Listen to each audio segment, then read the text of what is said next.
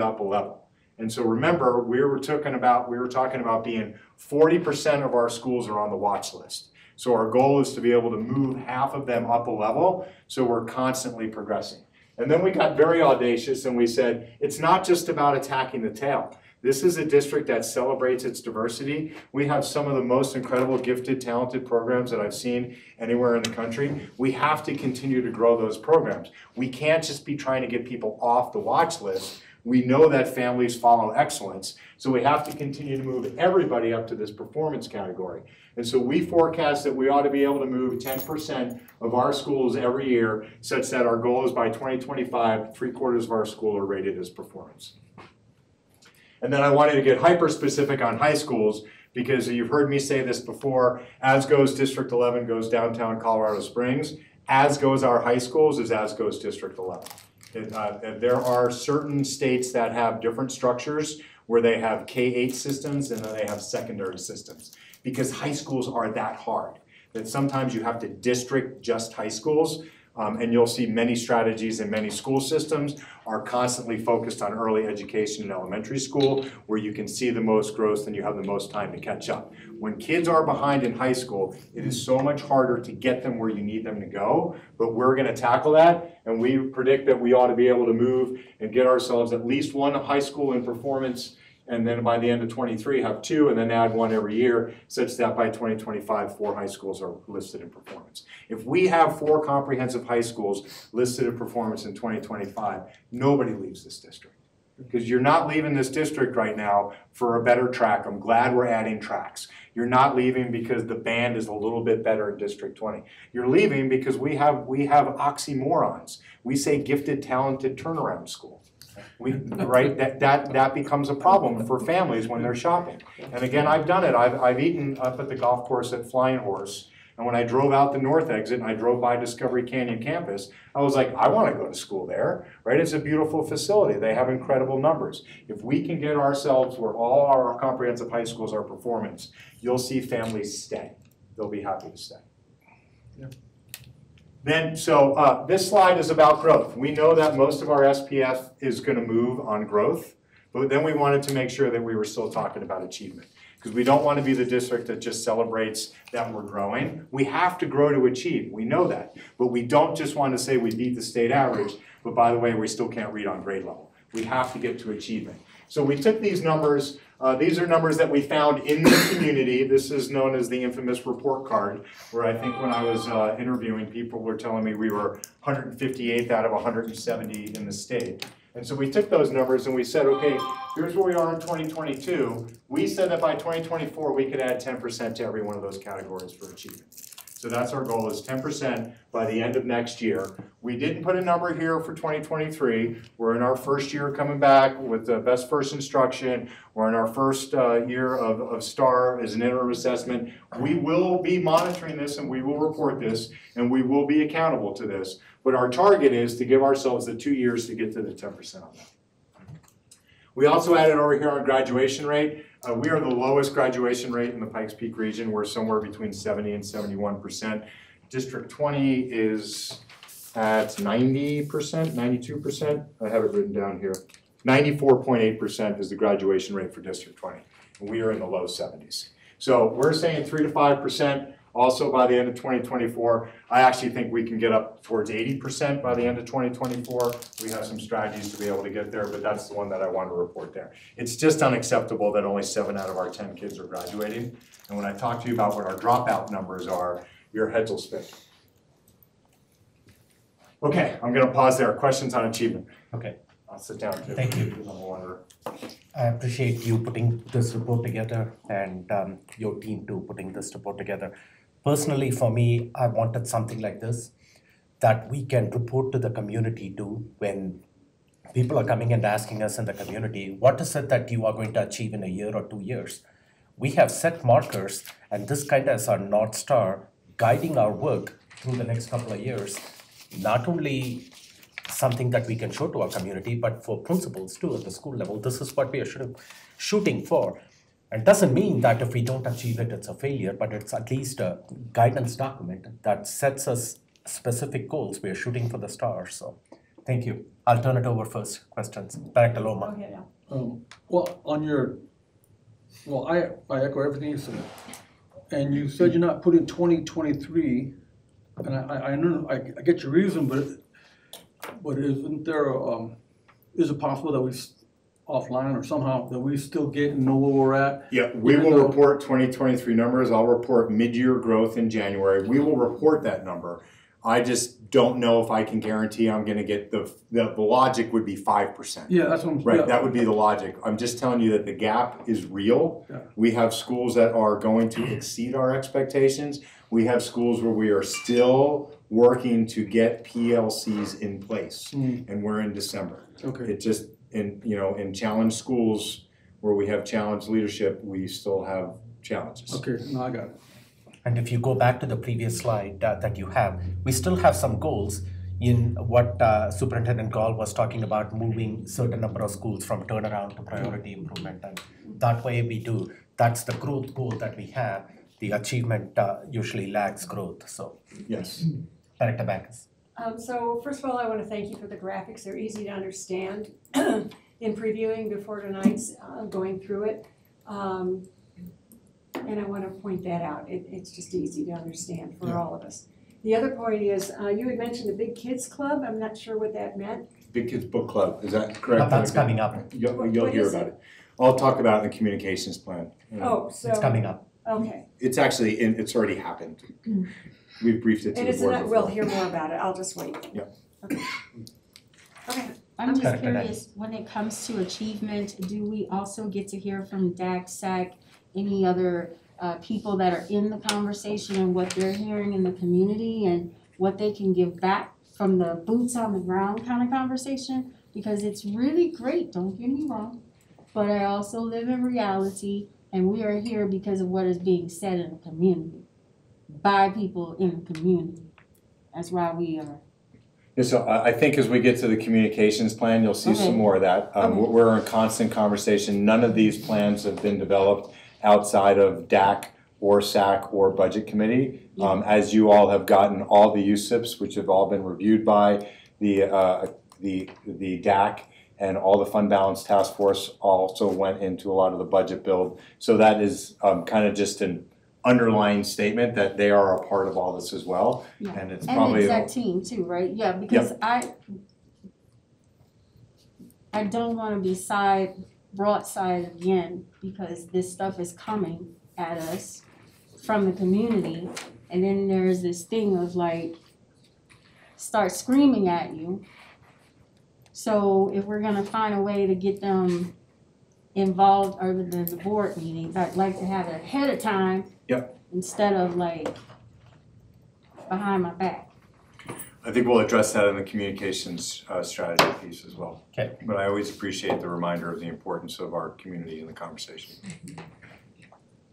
Director Jurgens. I had a question on 5 with your last highlighted, page 5, with your last highlighted piece there by May 2023. Is that the one? Yep, Yeah. but you answered it in your explanation, so that was fine. And I mean, I totally agree. I've been frustrated with the fact that I, as a board director, have been told prior to you being here that, oh yeah, we're doing PLCs, we're doing data stuff, yeah. I knew it wasn't happening the way that it should have been or as efficient as it should be. So the fact that we're still working on that means it was way worse than we probably even knew about as a board, which was frustrating. But happy to see that we are getting it dialed in and on track with all of our teams here. To piggyback on that, thank you for this by May 2023, because if we are looking at evaluations and we're trying to go in there and help all of our staff and teachers know what best first instruction is through coaching and trusted relationships, it can't be the 2 times a year that we've been doing it, where we come in and go, oh great, here you're highly effective. Thank you. I missed the word. More effective because I just saw you one time in the whole year.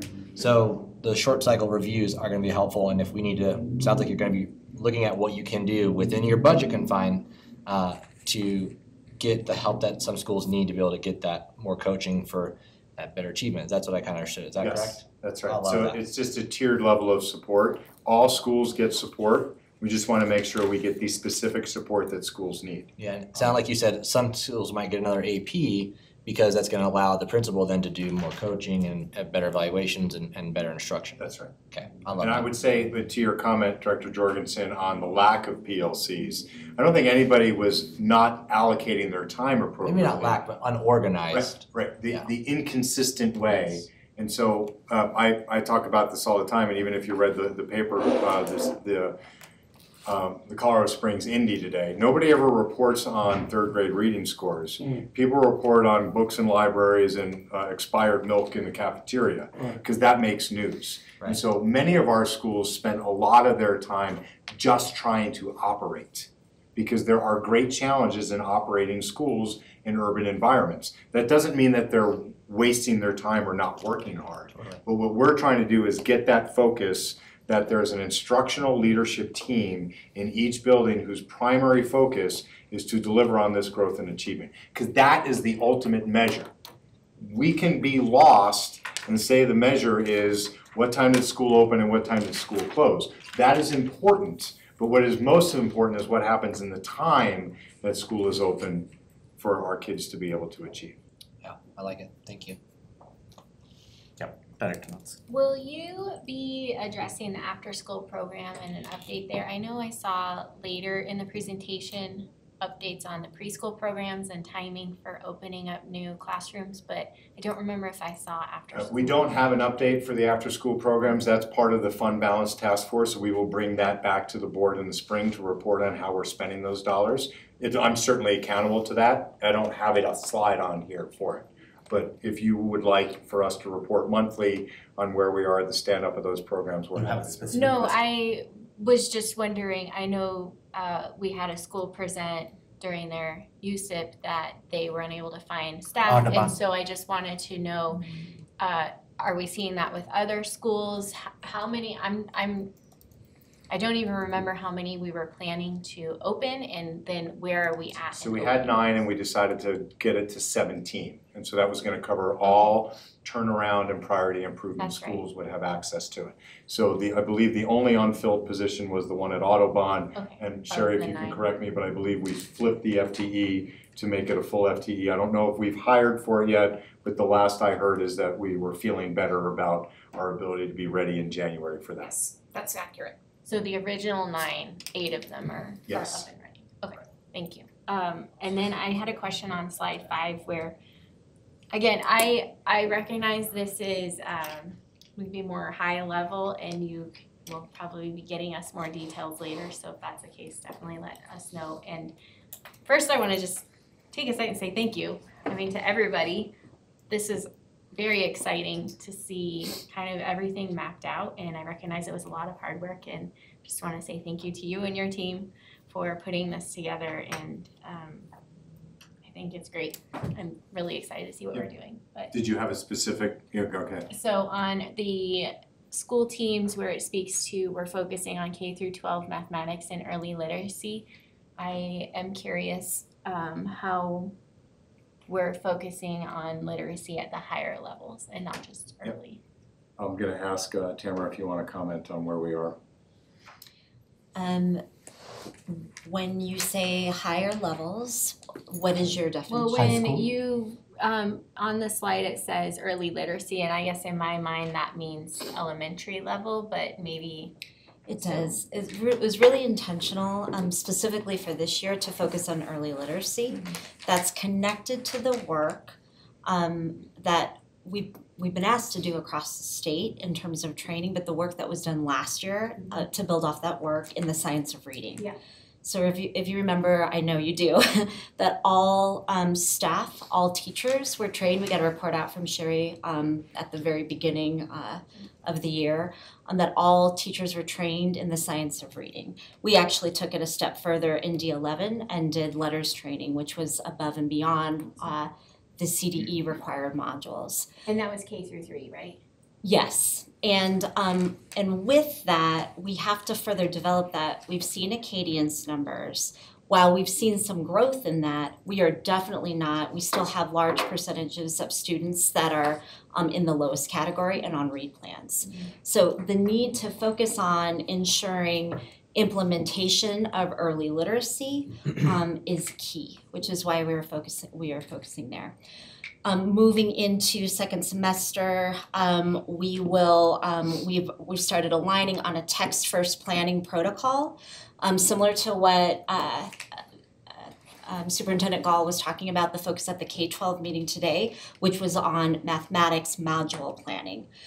That actual protocol for text-first planning, this came up at the last board meeting where we were asking about the difference in Acadian scores at the third grade level with proficiency in CMAS.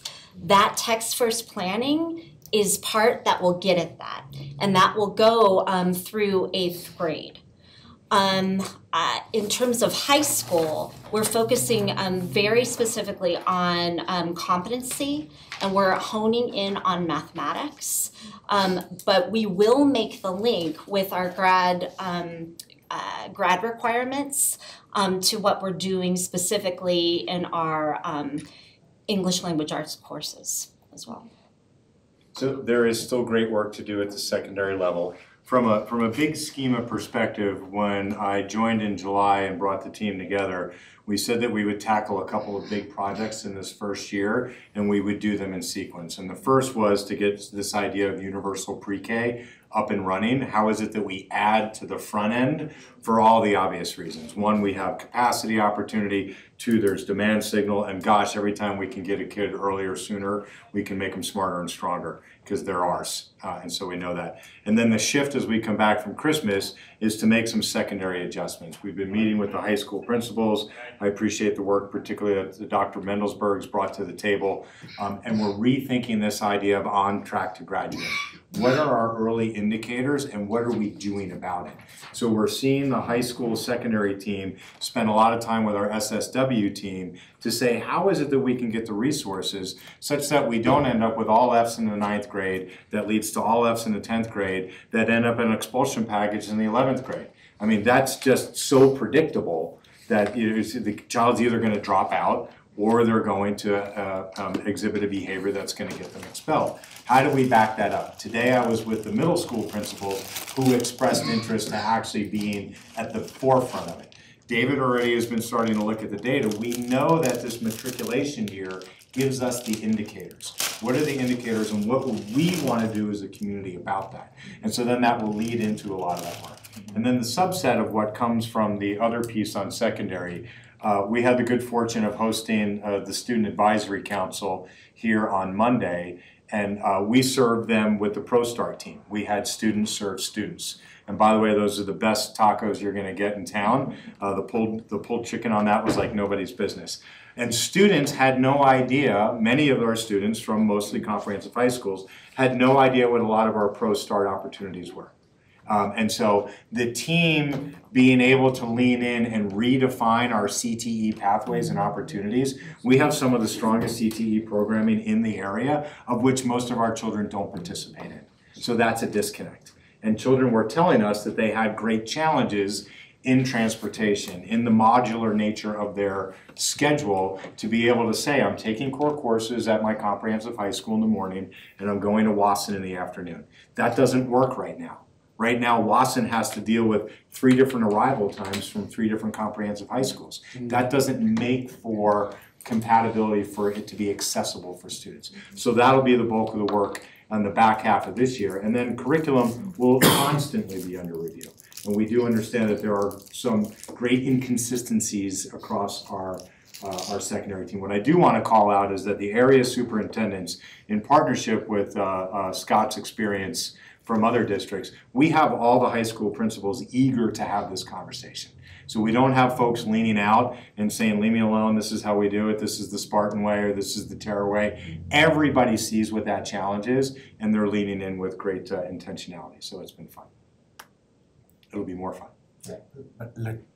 One more, just Okay, really finish. quick, can you, this can be brief, just speak to the plan for the PD changes that are taking place, and maybe it's more of just a comparison of here's where we're at right now with our PD and here's where we're trying to go. And you know, as far as the PD launch for July, August of 23, 24, kind of what that is gonna look like, what does that entail? And it's on slide 5.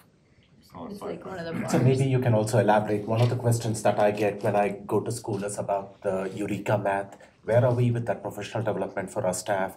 Some of them talk about that they haven't, that the amount of support that they've got is insufficient. Maybe it's on the way to those schools. Where are we with professional development with this Eureka math for our staff? Okay, let me make sure I'll start connected to what you just said and then please let me know if I'm not answering fully your question. Where are we at right now with PD implementation? We're on track, connected to our strategic plan, our District 1 plan for what we presented out within the visual with our focus on systems and content PD. What that means is we've been doing the cascading professional learning.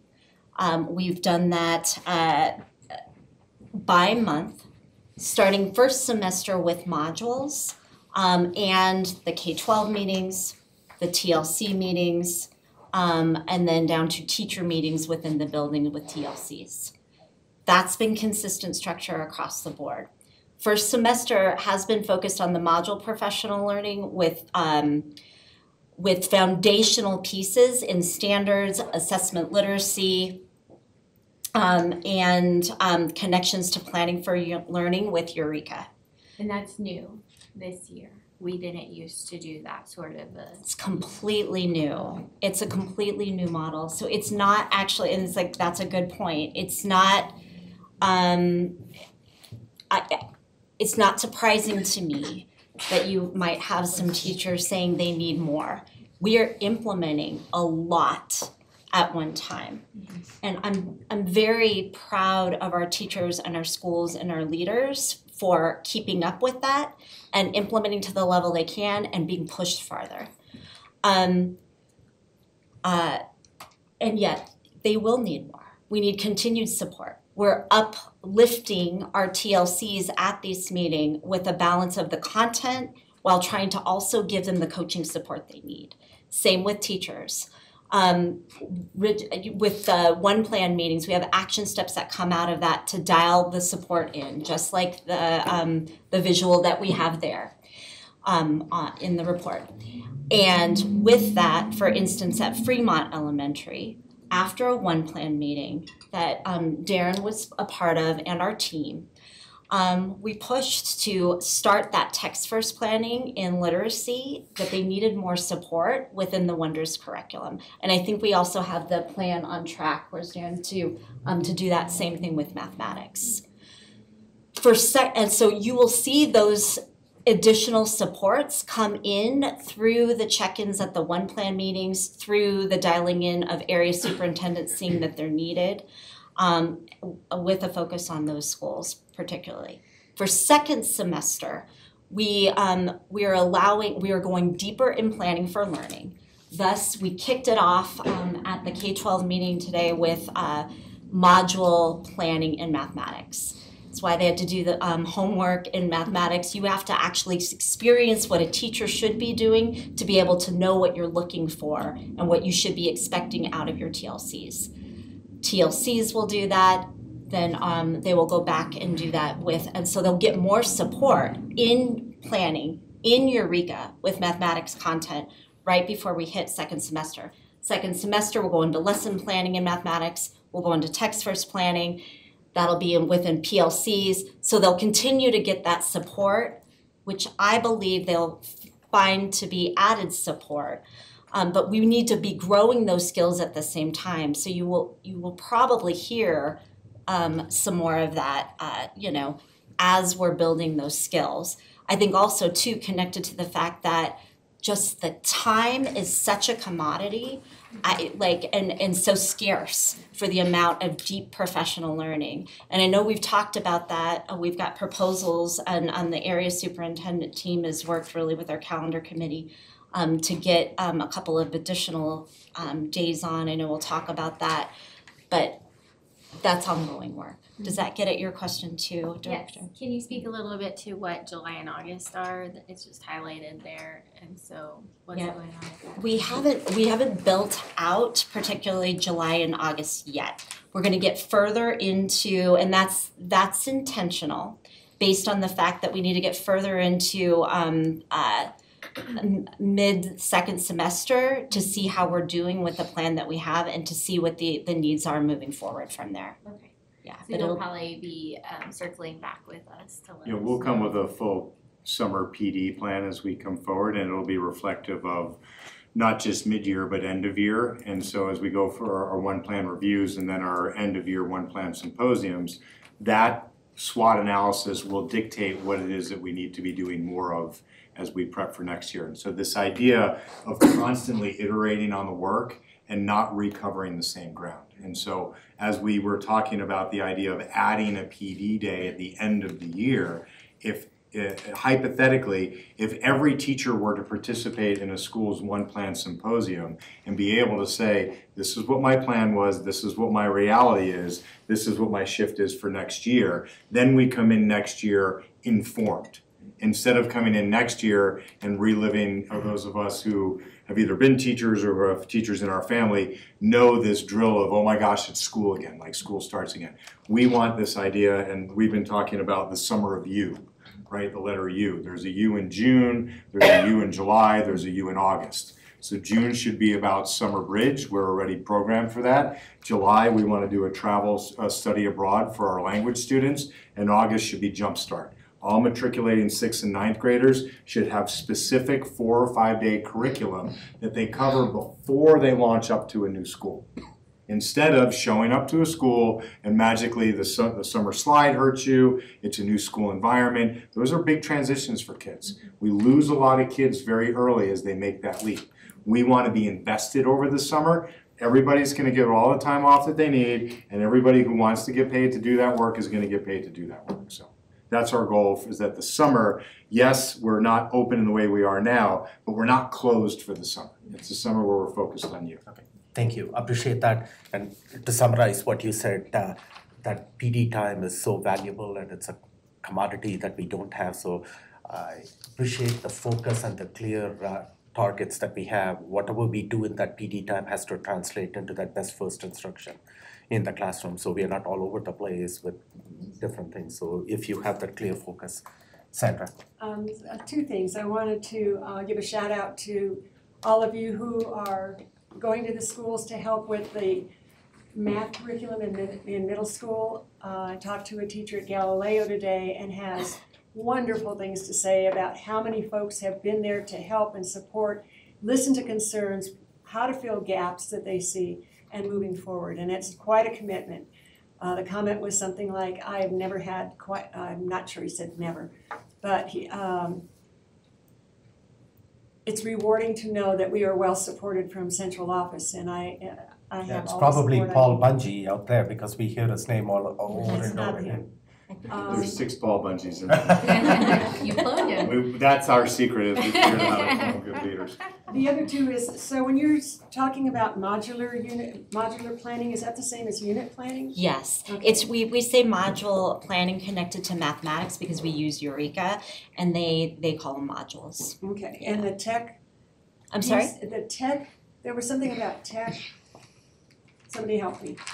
Text first. Oh, text first planning, Yeah, yes. text first planning, what is that? It's you can consider it like unit planning and literacy. Oh, it's a literacy piece? Yes, it's literacy planning. Like literacy unit planning, we call it text first planning because of the way the standards work, you really want to focus on the texts within that unit of study that you're going to be learning about. So you can look at the level of complexity within the text and plan for that. I appreciate that, Yes. thank you. It helps to have kind of the contrast of this is kind of new to what we're doing now versus what we've always done. I mean, I think it is helpful for new board members and the community to say, like, this is what we're trying to do to help turn this district around, and this is different because people don't know that. So thank you for kind of backing up a little bit and giving that history, and going forward in the rest of the presentation, if you think of anything like, hey, we didn't used to do this, this is new, that will help us to then communicate out to the community what we've got going on and how it's different. Any further thoughts or questions till the point Superintendent Gall has covered? Director. Yes, I'm curious with the turnaround schools numbers, you say that 3 out of 5 for 2023, so that's just this next spring and we'll get there.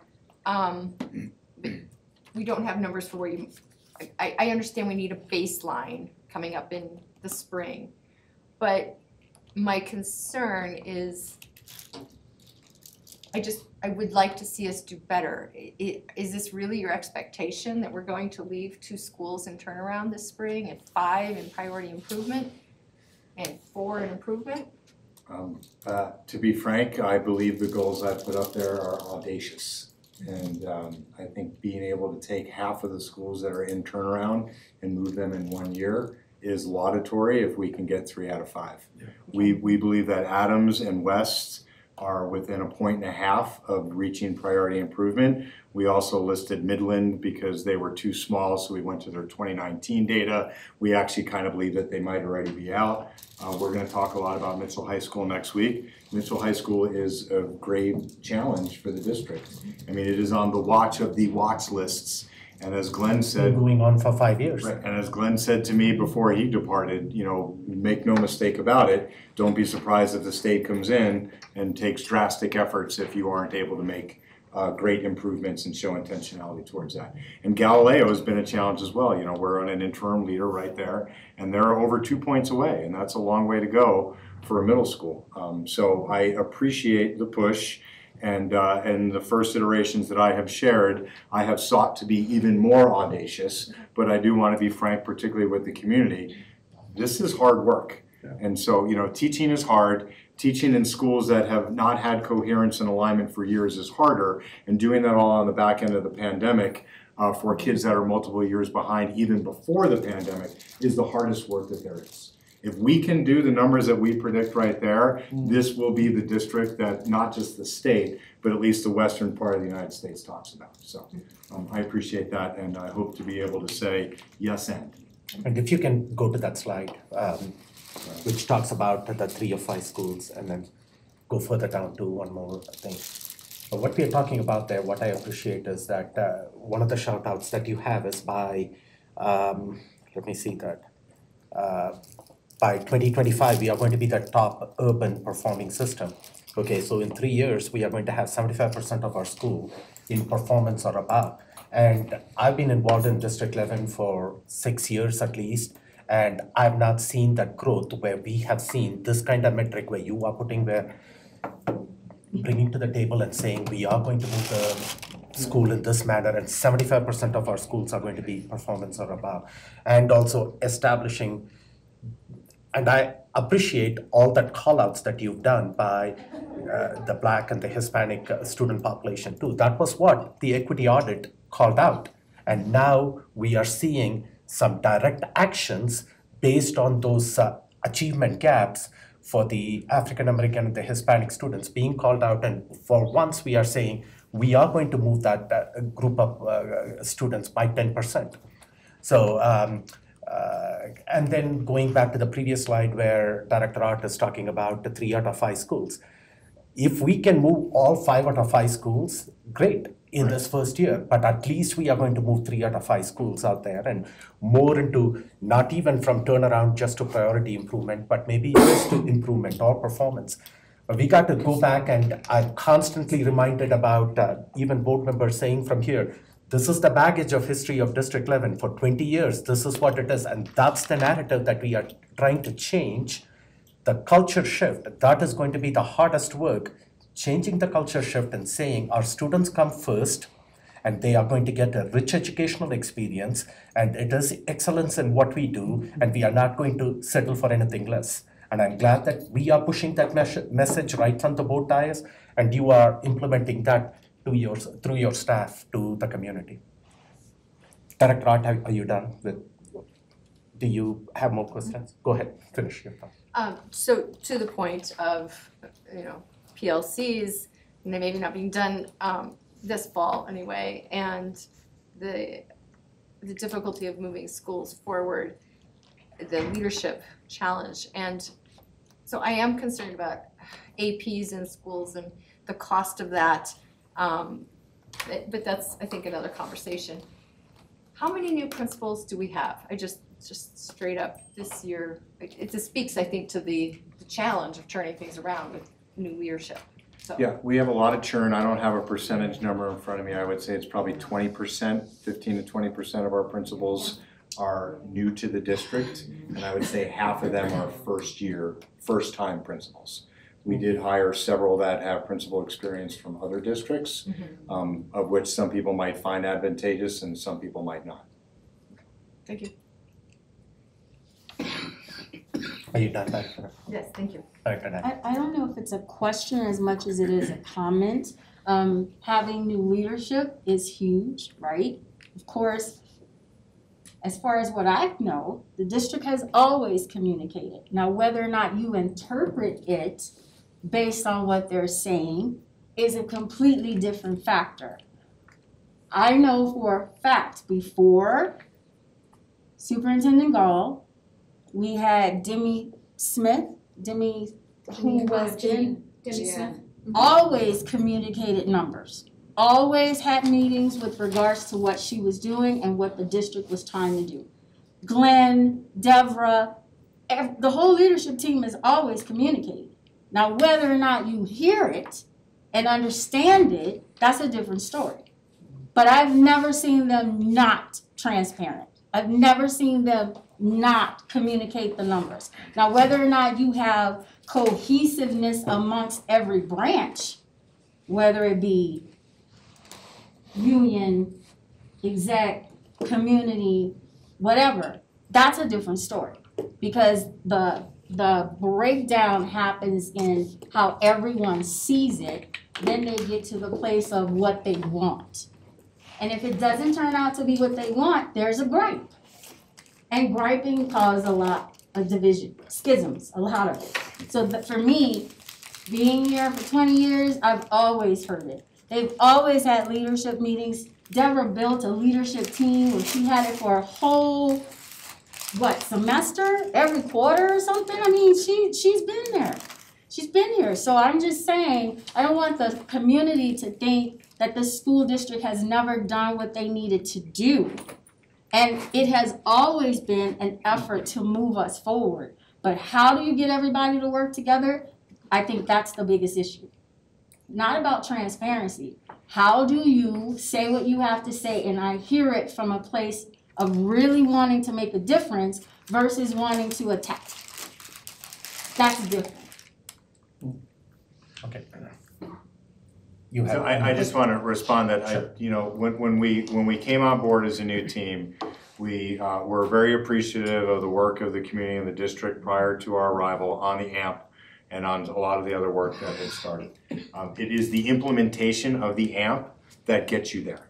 It is not the nuance of whether it's AMP with 3 letters or 4 letters if you want to add a P, it's how we implement. The very first bet that I made as a decision as a superintendent was to take my first free move was to tilt executive cabinet and put them into schools. Doing that by reestablishing area superintendents and giving them direct resources to regain trust within, first and foremost, school leaders. School leaders are individual mayors, particularly in larger schools. You know, as I joke, I call Darren Jenkins all the time because he was the principal at Jenkins, and the code name for it's Mayor Darren Smith for Coronado, because it is a large campus. And Darren could and would function with complete autonomy if he didn't like what he saw happening at the central office. He has the experience, he has the buy-in of his staff, he has the depth of the community. Darren Smith is all in. Darren Smith loves what we're doing. He is leading our principals cohort to bring them to this idea of on track to graduate and understanding where the multi-tiered system of supports need to lean in to identify students much earlier in their academic journey to ensure that we don't continue to bleed students. When I get into enrollment and tell you that our average over the last almost 8 years is dropping out 389 kids a year. 389 kids a year. We lose a large elementary school's worth of kids every year. That's not anybody's fault. And so I certainly don't want anybody to take this briefing as us blaming any administration beforehand.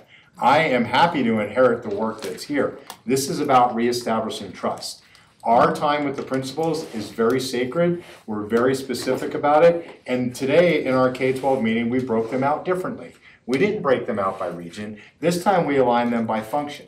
Who's having what problem? Put those schools together. Let's create professional networks. The work happens in the school, and we ask our principals to do the same thing with our teachers. That connection with our community is also building. As some might care and some might not care, I answer every email that I get. And you can bet if I keep school open or I close school, that's in the hundreds of emails. And people say to me, I can't believe you answer all those emails. I don't try to solve the problem. I acknowledge the fact that people don't like the decision that we've made. I share with them a larger strategic perspective on why it is that we believe that it was safe for us to be in school. And then I hope that we can find a way to work together going forward. Where I believe that in the past, most people didn't answer those. And I don't want to be a hero, I'm not trying to be a savior, but I do want to establish that we are doing some things differently, which is all voices are relevant. You don't have to agree with what we're doing. We're constantly iterating. The work, the connectivity between Tamara's team and the schools is already light years above where it was when I just joined in July. And that was a missing gap for us. I hired Tamara because Tamara understood this vision of how do you build central office to lean into schools instead of having schools just do what central office says. We're the ones that are running around. The schools aren't having to run around. These people are all exhausted.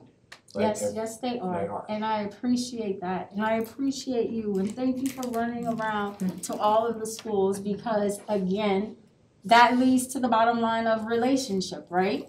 And building that for the community and for all of us here to work as a cohesive unit. But if you have misunderstandings because you misunderstand what's being said, and now it turns into a cult of personality, that changes everything. That's right.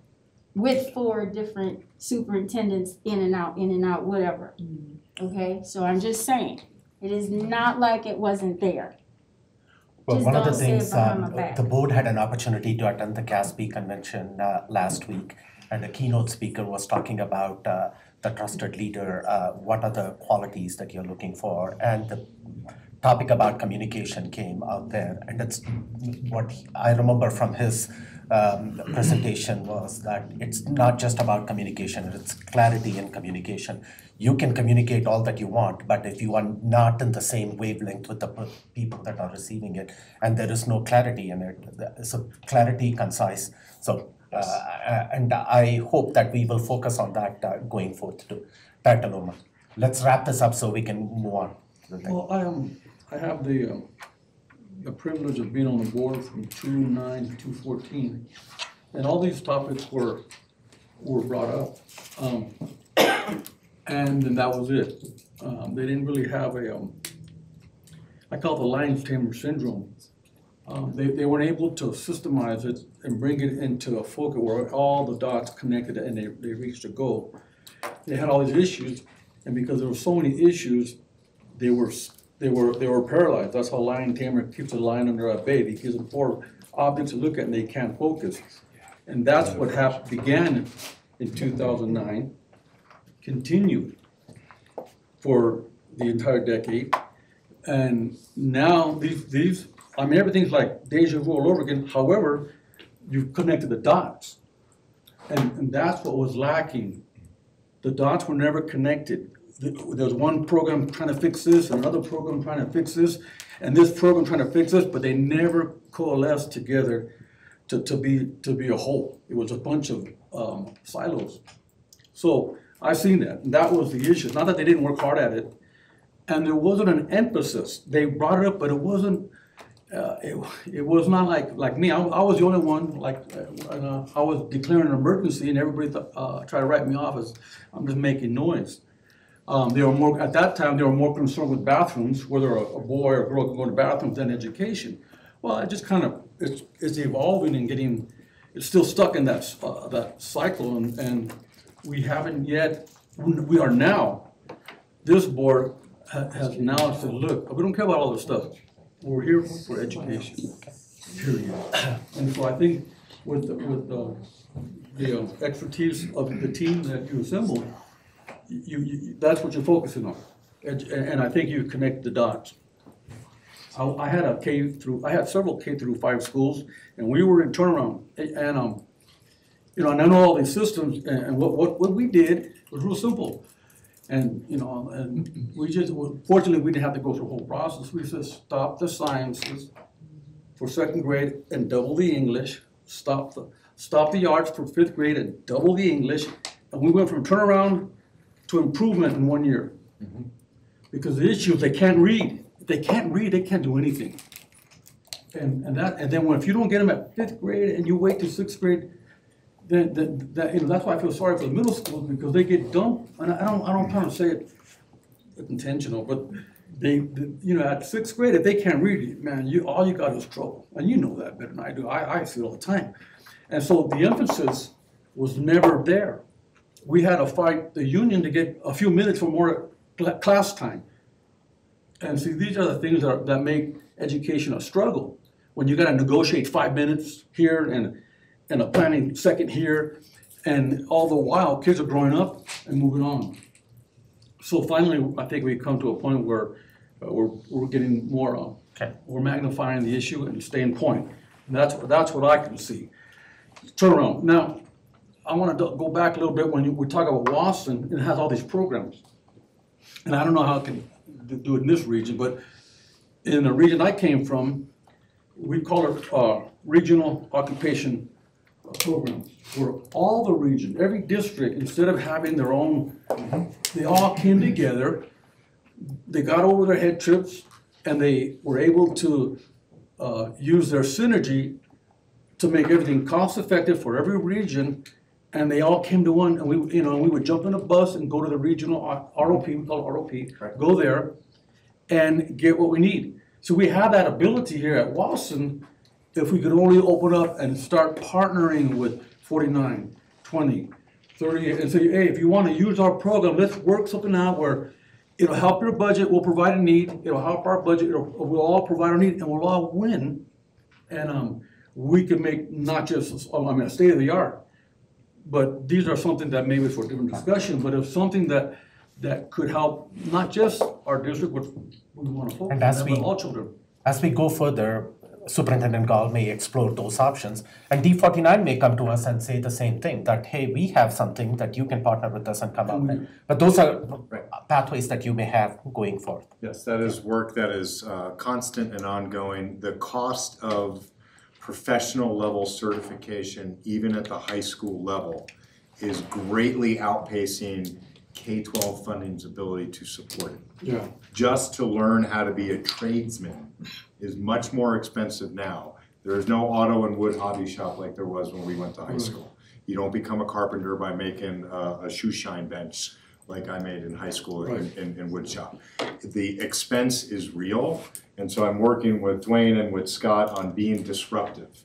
We cannot just seek to replicate those programs either at the comprehensive level or at Wasson. We need to find partnerships that exist within the community for us to be able to tap into places where that's happening.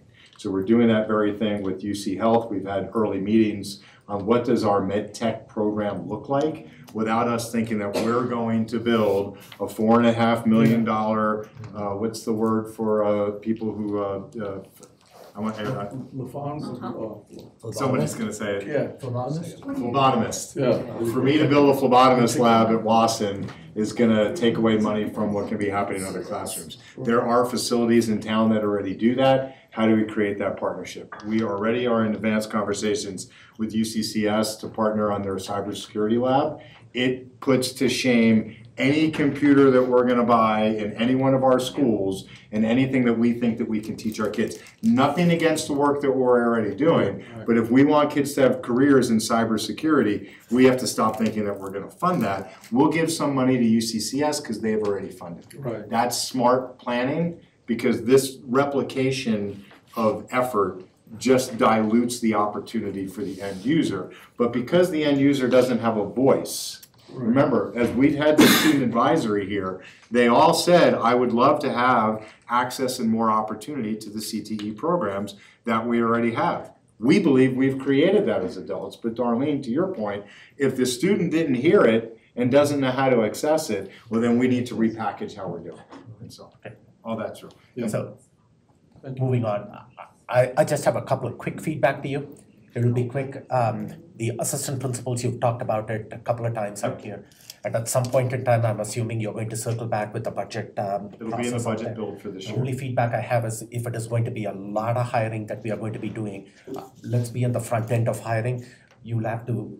So we figure are out already what on the board front is end of going to do. hiring. We've already have some principal openings that we are forecasting based upon Yep. retirements. And those will be advertised when we come back from Christmas. So we'll have principal openings in January advertised. It'll be the earliest we've ever done it in D11. And we were talking about that cascading effort as well for our teachers. Our principals are asking if we know that we have openings. Yes, if you know you have an opening, our forecast for enrollment next year, it'll take us a while to get those projections. We're not forecasting any school to lose a kid. Yep. So whatever your number is this year, if you got 3 teachers that have announced that they're retiring, put the ad out and start hiring. No, I'm just talking specifically about the assistant principals itself. If you are going to add more assistant principals, maybe you need to come back to the board at a early enough time. So if the board is in agreement that we do need these extra assistant principals in our schools and we have the budget for it, we are hiring those assistant principals in February or March going forward. Okay, and I'll get back to you. And the second feedback I had is I brought this up before with the AMP when we are talking about all those pathway schools. Let's figure out a plan at some point in time for a gifted magnet school. Okay, like what you talked about, oxymoron, that certainly is what we have. We have a school program with the gifted magnet schools. Gifted magnet, there is a demand in our community for that. That's why schools like Academy, So ACL, we're and Thomas McDowell. we're disaggregating the data with David's team right now for all our gifted magnet schools to pull out and understand the gifted magnet performance within the school. And Tamara, who I believe has stepped out for a second, has been meeting with Emily, and we are building to understand the depth of where we have opportunity. We have great things happening for our gifted magnet students right now. We're just spending a lot of time talking about our USIPs and not talking about what's happening in our gifted. I'm thinking about maybe even a school like Trailblazer, which is, maybe we make that a gifted magnet school, and that is the attracting point out there to get students in there at some point in time. And then as far as all the other goals that you have, I know that they are great. By the way, I'm happy. At least if next year I don't have to hear one more time, we are 158 out of 178, we are 120 out of 178. That's progress on the right direction. And we would have loved to have used a number like that, but we don't know what other districts' performance will be, and so we sought to report on where we thought we would be.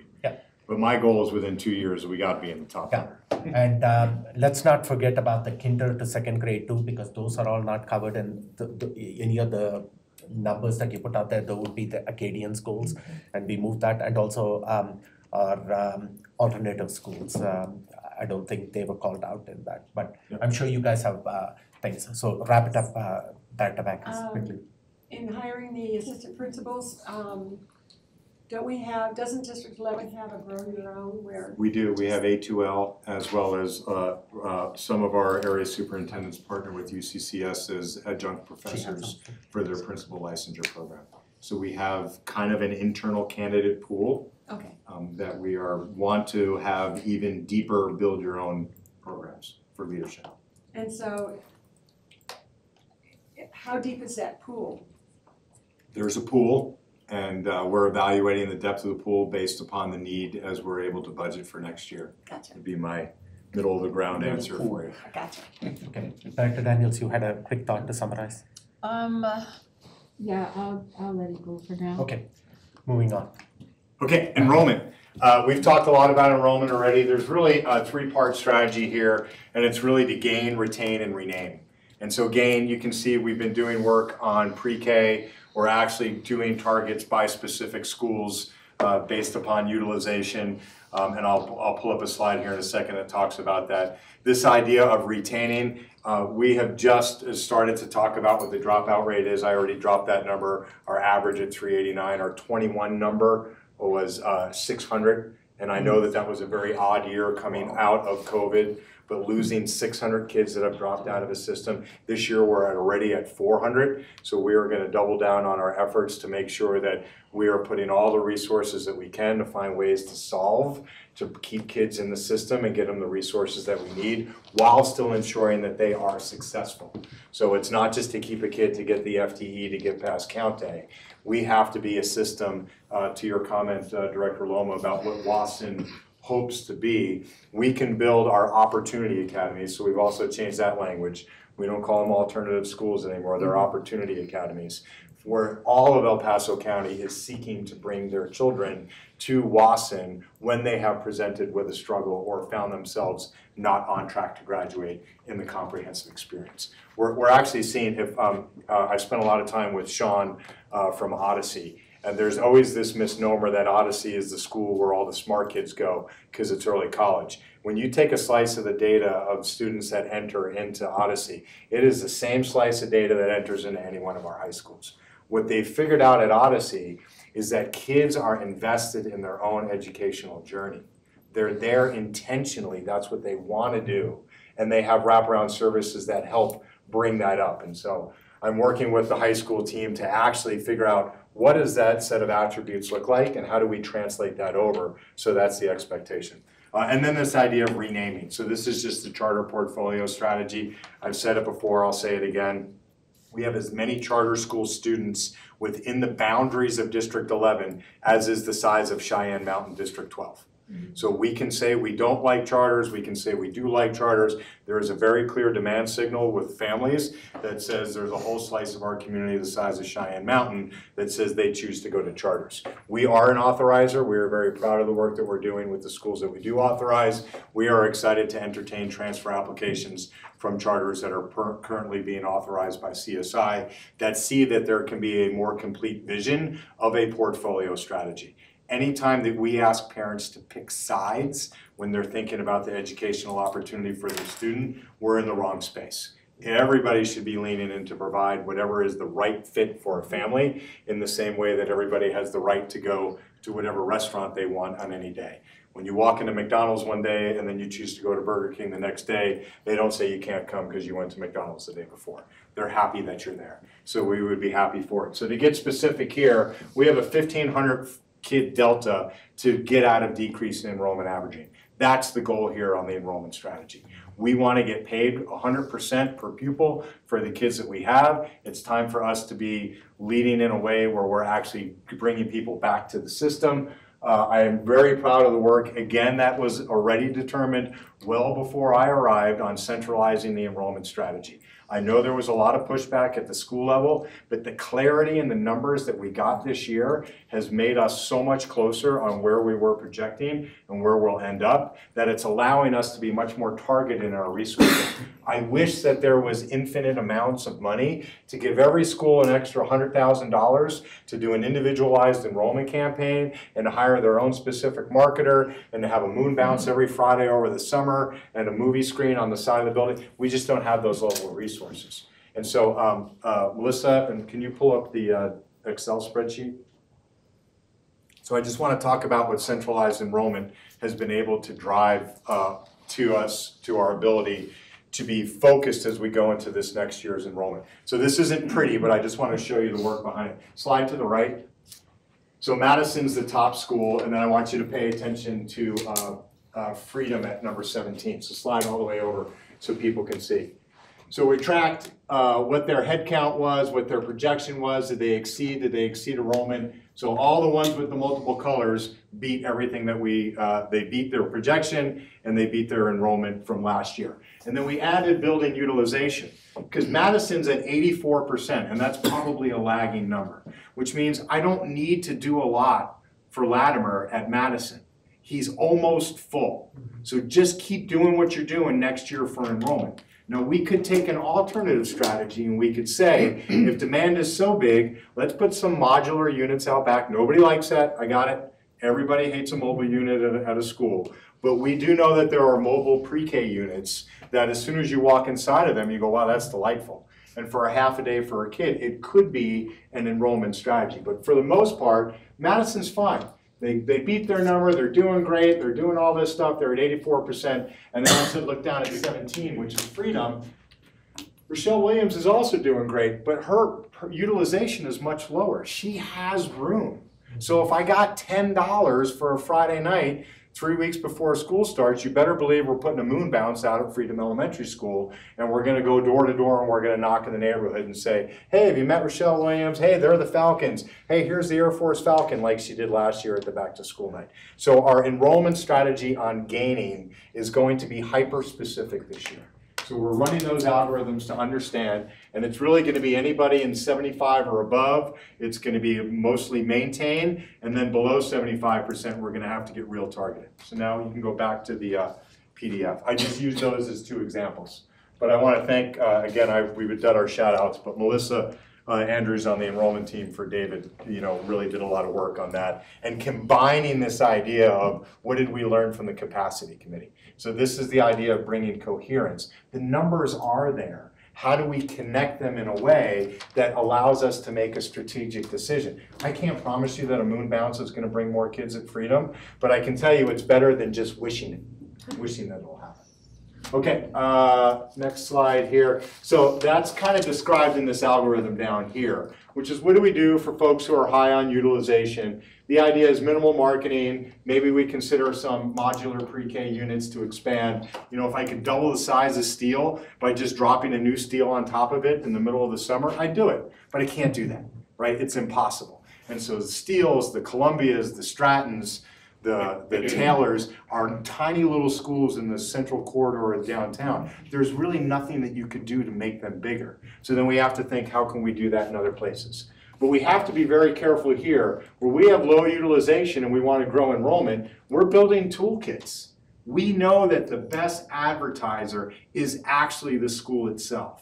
But as I've heard many of the board members say, our websites aren't necessarily consistent. How come you can't get a virtual tour? How is it that you access that? We've prioritized this thread, and again, we just do a lot of decision matrix here. This logic tree that says this is going to be the group of schools that gets priority to that toolkit. Because again, I would love to promise to the board that all 50 schools will have a virtual tour by next year on the webpage, but it's just not realistic.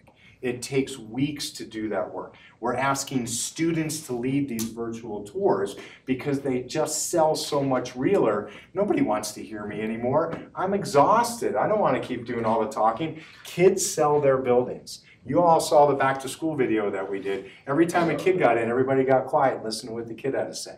Nobody wants to hear what adults have to say anymore. This is some super exciting stuff that's going on here, and you can see what the call outs are. I just really want to talk specifically about the folks who killed it on enrollment this year. And the one that didn't make the high school list was Coronado. They were the highest of the high schools. They beat their projection, but they didn't beat their number from last year. But I do want to be very clear that Coronado is doing very well there as well. But it's exciting to see that because we have centralized enrollment now, we know the number, we own the number. Last year, we made the decision that said, if you are not at 100% utilization, you will take open permits.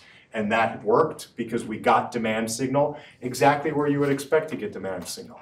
Parents choose schools that have strong reputations. Word of mouth sells. Yes, people want the excellence that comes with a performance rating, but they also go with what word of mouth says. And what we can't say is that the door's closed.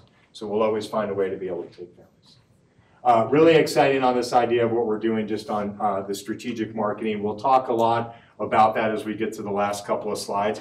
All this is about how we market. D11 is everywhere. We take all the interviews that we can. We got billboards, we got ads, we're on KRDO once a month, we're on TV, we show up in people's Facebook feed now when you scroll through. So it's kind of exciting to see how we're talking about the district. And just this idea of talking about it as we are going to grow is making people want to come back to the system. And that's where I am on enrollment. Questions on enrollment? Questions?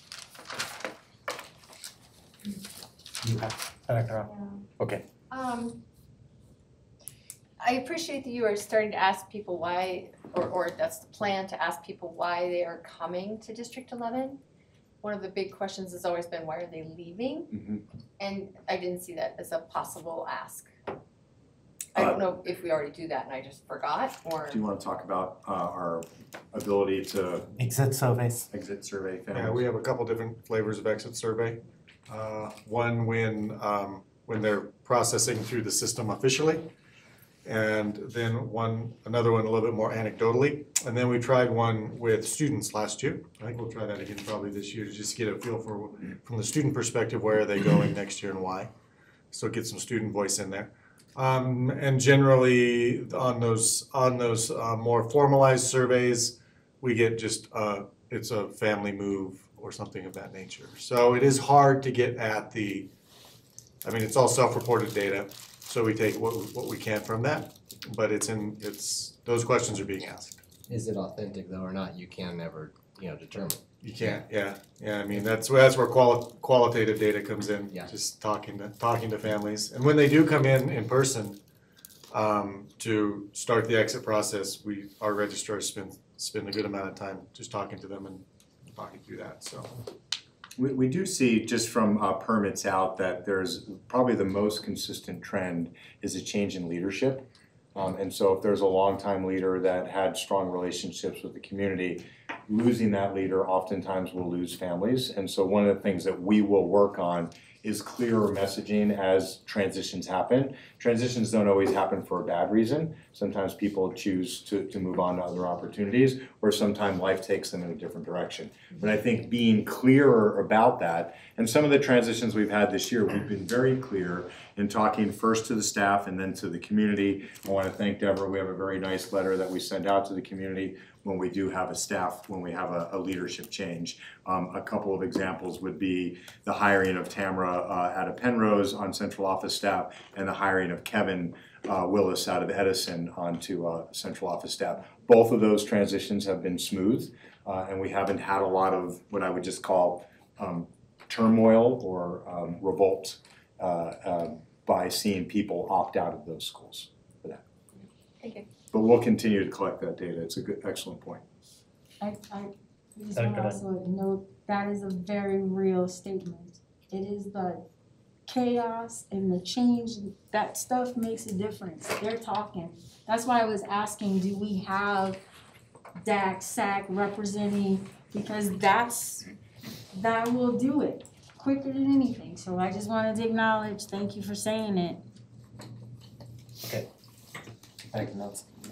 I'm not familiar with what our current matriculation is of preschool to kindergarten. You have on slide 9 that we're gonna have a goal of 50% of students. So where are we at right now? Yeah, I don't have that number on top of me, but I would say to you that the general philosophy has been we haven't seen that as an opportunity. When I first arrived, we talked about preschool in 2 different pots. We talked about Head Start and then District 11 preschool. And I said the student doesn't know the difference. I'm happy to have Head Start funding, and it's great that we can offer that hyper-specific service, but we want to talk about preschool as preschool because it is the door to kindergarten. And so although schools are not, families are not locked into having to go to kindergarten or where they go to preschool, we wanted to set a goal that says for all these kids that we're bringing in, we're keeping half of them. We do know anecdotally that there are cases where, because we are open for pre-K and other districts are not, families will use us for pre-K and then still make a school of choice option when their kid gets to kindergarten. My hypothesis is if I can't keep you after I've had you for a year, then shame on me. Exactly. And it helps you, gives you an opportunity to develop those relationships with those families, and families too, once they develop those relationships with kids out there, they get together for birthday parties and things like those, and they don't want to break those friendships that kids develop and take them to another school if they can, as long as we provide the education that our parents are expecting out there and the educational opportunities our parents are expecting. David, do you have that number handy? I'm looking. Hopefully we can do more than even 50%, like get to 75%. I believe, off the top of my head, I believe it is higher than 50%, but I can confirm that with the group. Yeah, and if so, then maybe we can shoot for more. Absolutely. So just ask that I have for, because I doubt that you're ready to present the details tonight. I would be curious to hear more on how we're going to decrease dropout rates, how we're going to make sure we're getting more of that preschool to kindergarten transition. Like what's the what, the who, when, and where of the what? You Yeah, know, the how is- preschool strategy is pretty baked already, which is we've shared the schools as they're opening, we'll share them again. I think Wilson was next on the list, I don't have it off the top of my head, to open up an additional pre-K. It's mostly about relationships, it's about doing kindergarten roundups and introducing kindergarten teachers to pre-K, AM and PM classes and having those relationships built. And asking families as we get to mid-February for a choice window, are you coming here again next year? So that's a rolling window for pre-K. The dropout rate stuff is this next semester's body of work. We need to get after this to understand how and why it is that we're losing kids. If I was prepared, I would have posted it on Friday. But so since it wasn't posted on Friday, I wasn't prepared. But the data, as I reviewed it last night, shows that our highest percentage of dropouts are limited English proficiency, Black and American Indian students. And so Native students were actually the highest at over almost 35%. So 35% of our students that identify as Indigenous are dropping, are dropping out. So During high school, is that? from 7th to 12th grade. Most of the numbers are in high school, but disturbingly there are middle school level dropouts as well.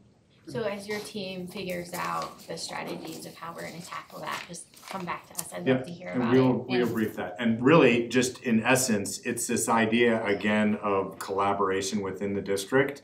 Schools know what are the challenges, and yet sometimes central office doesn't know what that school level challenge is. And so this idea of Valerie Scott's work in SSW, being more connected to what's happening in the school to be able to provide those resources. If you've ever been, and if you haven't been over to her office to see the incredible MTSS team that we have over there and the resources that they can provide, we just need the rubric to understand how to provide them sooner, faster, smarter, stronger. Because sometimes we're getting the families at a place where either the child realizes I'm not going to get there, or our ability to get the resources to provide that impact are just too late, too little too late. But there's tremendous work happening there. So our strategy is if we lean in together, we think that we should be able to reduce that number. And our goal this year is to reduce it by 100 kids. So. I have the same ask for later in the presentation when we touch on the kindergarten roundup, just the details of how is that gonna look, what's our plan to help beef that process up.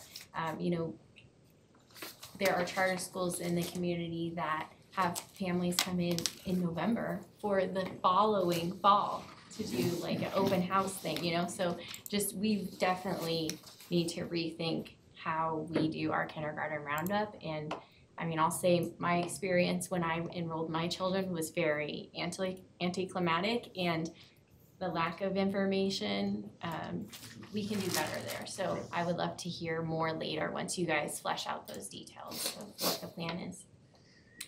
And just on that thing, the matriculation rate from pre-K to K, there is also from 5th grade to 6th grade loss, and then from 8th grade to 9th grade. Once a parent chooses a school, they most generally stay with that school, but when that transition happens from elementary to middle school, that's when you see some of the dropouts and potential to somehow retain those students, and that vertical We think alignment that's with the first step, yeah, and that's we were the first pleased step. to see this year that actually our middle school articulation was much higher than it had been in years past. It has been the challenges that we lost a lot in high school. Most of the comprehensives were fairly flat, but we continued to lose families out of Mitchell. Okay. And so That's a concern.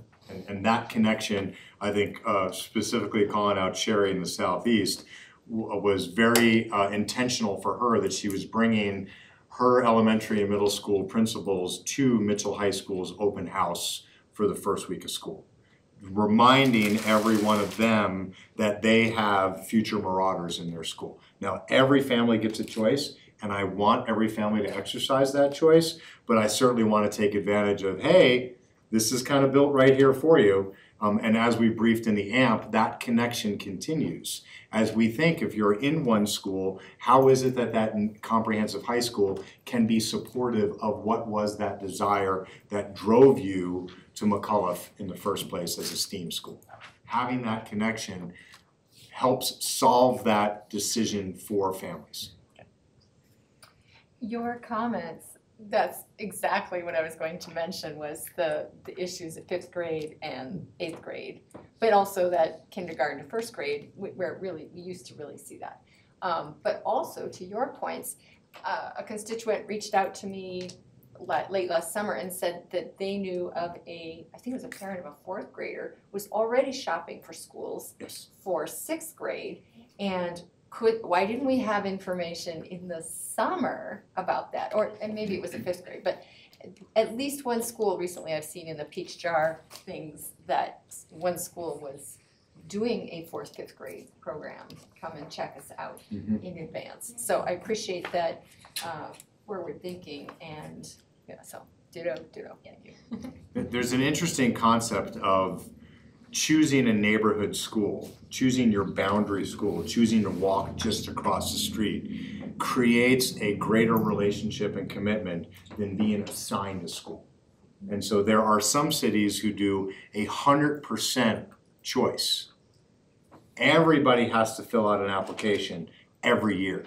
Now, there are boundary rules that will say, if you live across from the street, you are guaranteed a seat, but I still need you to fill out the paperwork. Something about signing your name that says Johnny and Sally are gonna go to Scott Elementary School makes you feel like you're a part of the Scott community, as compared to calling over to David's team and saying, I live on Frumpty Frump Avenue, where am I going to school? And somebody says, oh, you would be assigned to Scott. And they say, okay, what's the first day?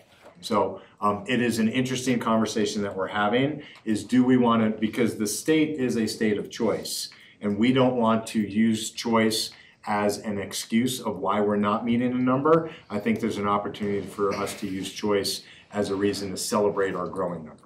But it's an interesting concept of picking something as compared to somebody giving you something creates a different level of commitment. You had something? Nope. Dropout rate, I think I have a unique perspective.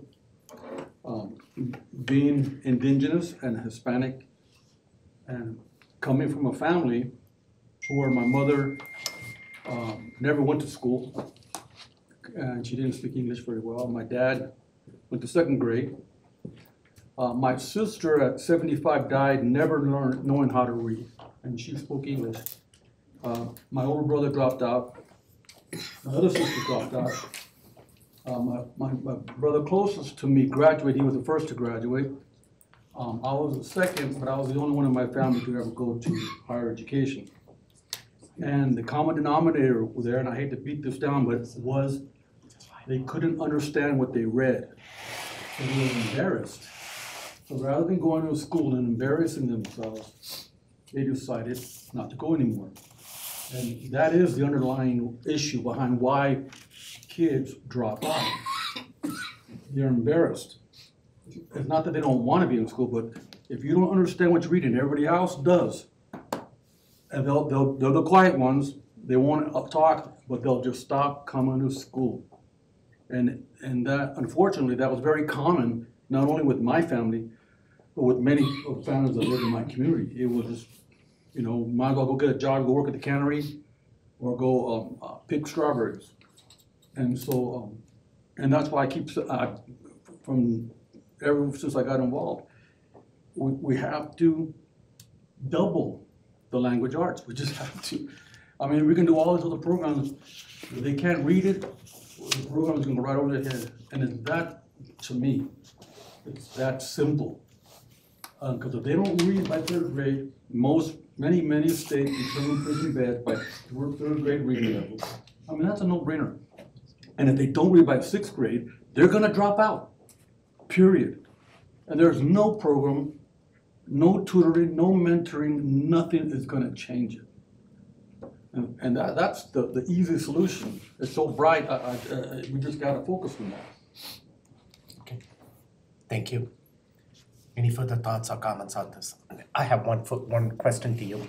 Are there any schools right now where principals are still not taking kids when they come in? Okay, just wanted to make sure, because we hear that over and over in the past where principals have made the decision because, hey, I have 5th grade, 30 students in a 5th grade class, I don't want to add one more. That's my message when I visit schools, take all the things, and Superintendent Gall would provide the FTE. Okay. And so, staffing continues to be a challenge. We're still in the 80 certified teacher numbers short for the system. But ironically, or maybe not ironically, schools that have steady demand of families have been able to hire teachers even after the start of the school year. So as we have allocated, we're down to a half FTE I have left out of the less than a half. We have been managing that centralized pool of MLO FTE that I held centrally for increased enrollment. We're down to less than half a FTE. So yes, we still have openings in the district, but where there is demand, quality schools attract families and they also attract staff. Okay. As long as principals are not turning away any students because we are accepting all students, we are open for business. Yeah, that's all year. And the last thing that you had in that thing, and it's not a conversation for now, but I saw that you had consolidation and closures out there. And then when you look at the enrollment of some of our schools, we are at 125, 150. At some point in time, we need to circle back to come to that conversation. Is it financially feasible to keep some of these buildings open? Or unless they turn around enrollment, or we have a specific plan to attract more students. Right, and so I put it on there as a logic tree conversation that says, if you have high amounts of availability of seats and you continually are not meeting your projection, then we need to have a hard conversation. And we listed that in, can we be innovative? Is there an AMP opportunity? And then the last would be, is there a consolidation or a closure conversation that needs to happen? Yep. We are still, if I go back to the pre-K conversation, the first pass on pre-K was, we don't have the room. And then we walked buildings with a different lens that basically said, any room that has a little tiny toilet and a little tiny sink in it was built to have little tiny people in it. So get the adults out, find a different place for adults, and get the little kids in it. And so then as soon as we did that, we had room. And so the team that led that tier 1 and tier 2 conversation is given us to show us that you can be creative with the space that you have. I am certain that adults were using that space well, but again, little tiny toilets and little tiny sinks are meant for little tiny people. That's what the building was built for. And so that was easy for us because it was the least amount of modification and it allowed for us to be able to get there. And they're not as perfect as we would want them. They're not always all in the same wing. Sometimes you gotta walk around the corner, but if we have demand, we wanna be able to seek the demand. Okay. And when you put that Excel spreadsheet out there, you don't need to pull it up right there. The school that stood out to me out there was Spark Online. Yep. Something we got to do about that. We've lost like 125 kids. Is there a demand out there for Spark Online? There is a demand. With 2 students. Right, it's interesting to talk about Spark because we talk about Spark, we talk about it in the traditional sense. Spark doesn't even exist. Spark takes up space in a building that is underutilized. So the cost of Spark in itself, although we look at it in a traditional sense, it's completely a misnomer because it requires literally no space for us to be able to operate. It's kind of like anytime we can get homeschool into a multi-district online school, we get half a FTE to provide sometimes only 2 or 3 periods of support a week. So yes, Spark is under-enrolled on its projection, but that's because that was a shift from Spark being a place that people went during COVID. Spark is not identifying itself as a, are you worried about COVID solution? Spark is a hybrid solution for how it is that we can educate kids in flipped classroom environment in project-based learning. It is not all online. There is tons of project-based learning and opportunity for them. And again, they're in a little tiny wing in Trailblazer. So if you did a per capita cost of Spark, even at its under enrollment, it's pennies on the dollars compared to any of the other schools that we're running. Agreed.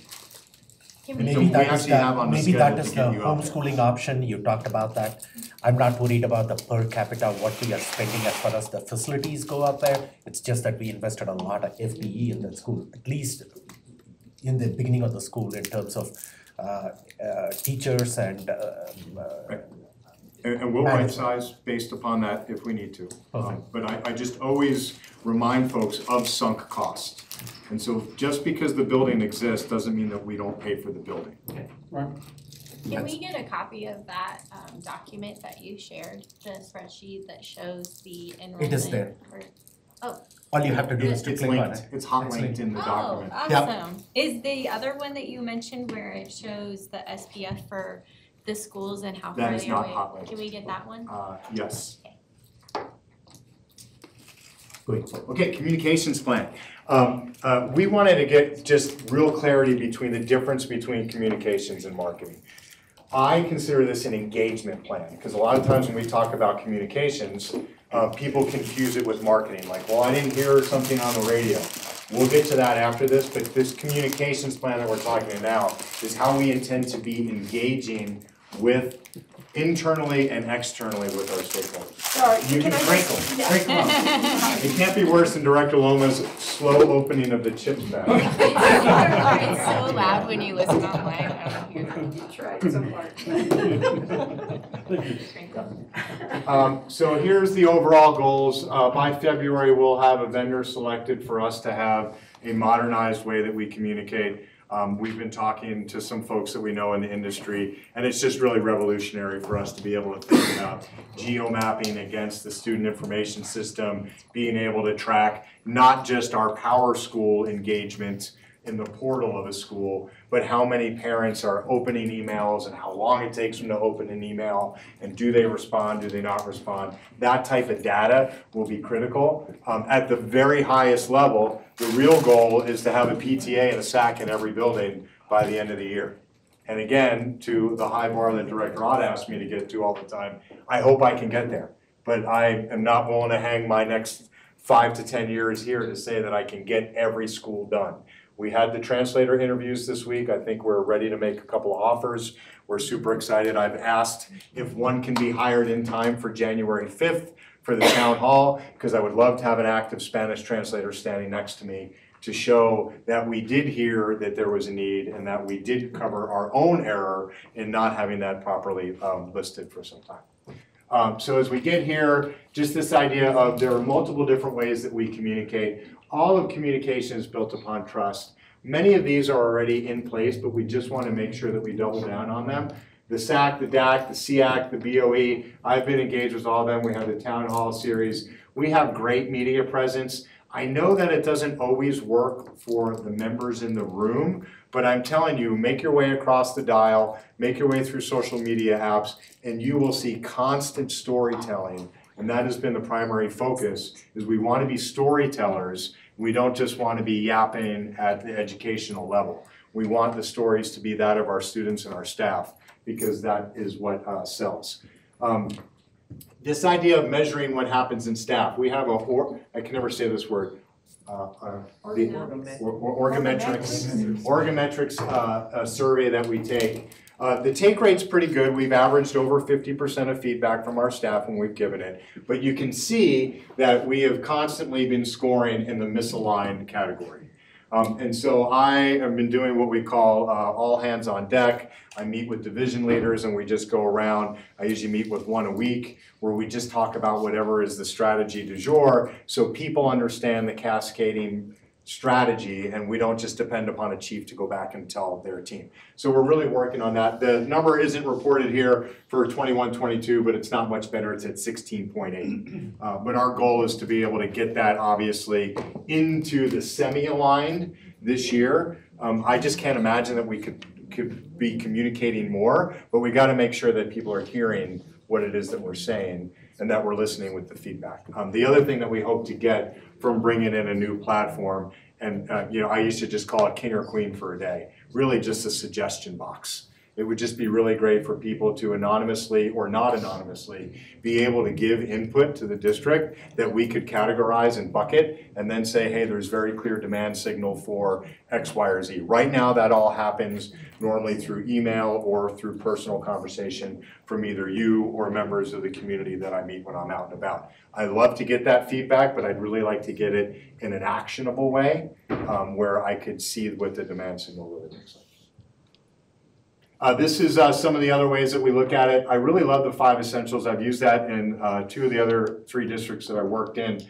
What I really love about it is that sometimes your take rate tells you how you're doing. 21% and 19.6% are actually not that bad for parent take on 5 essentials. You got to be over 50 to 60% internal to your staff, but we want to get that higher. I loved when I heard some of our USIP presentations. I think it was Latimer from Madison who said he was taking iPads and handing them out in the kiss and ride to get parents' input on 5 essentials.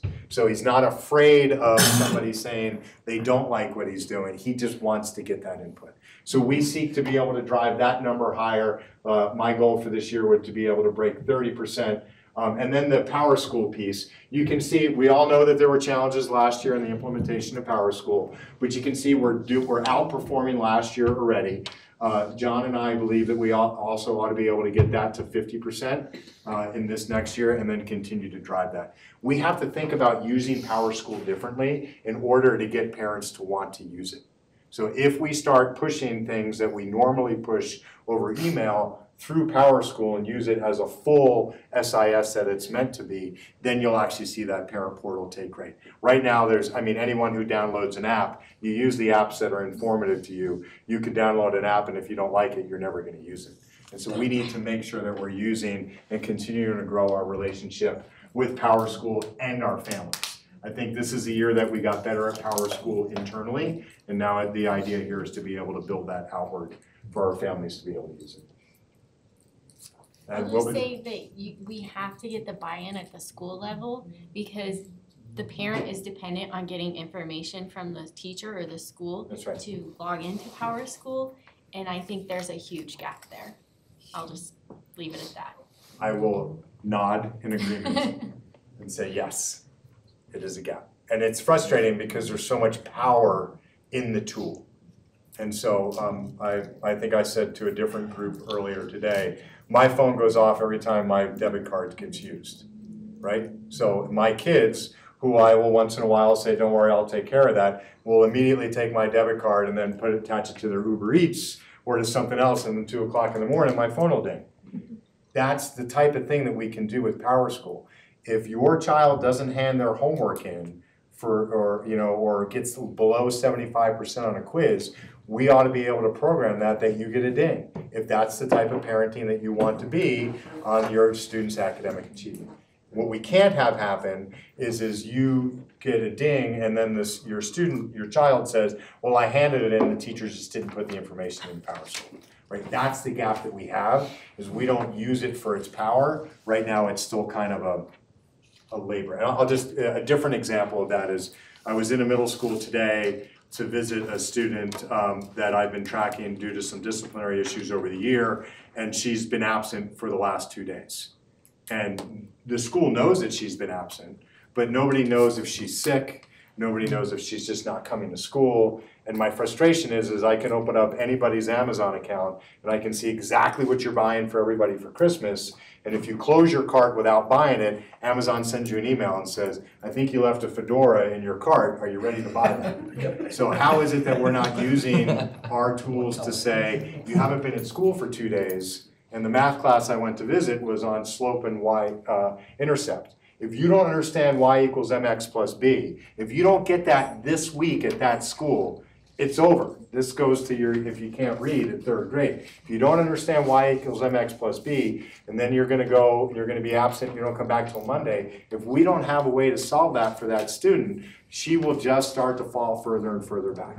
And if all we're doing is watching her fall, and I don't believe the school's gonna let her fall, and it's not one student, she happens to be representative of 1,000 students who have attendance issues, whether it be transportation, whether it be clothing, whether it be sickness, whether it be anything, we have to use the technology to our advantage, and Power School can be the thing. And getting parents signed up on Power School was the point that I was trying to make. I remember earlier this year, there was a goal of 80% of parents being on Power School, and I thought that was ambitious.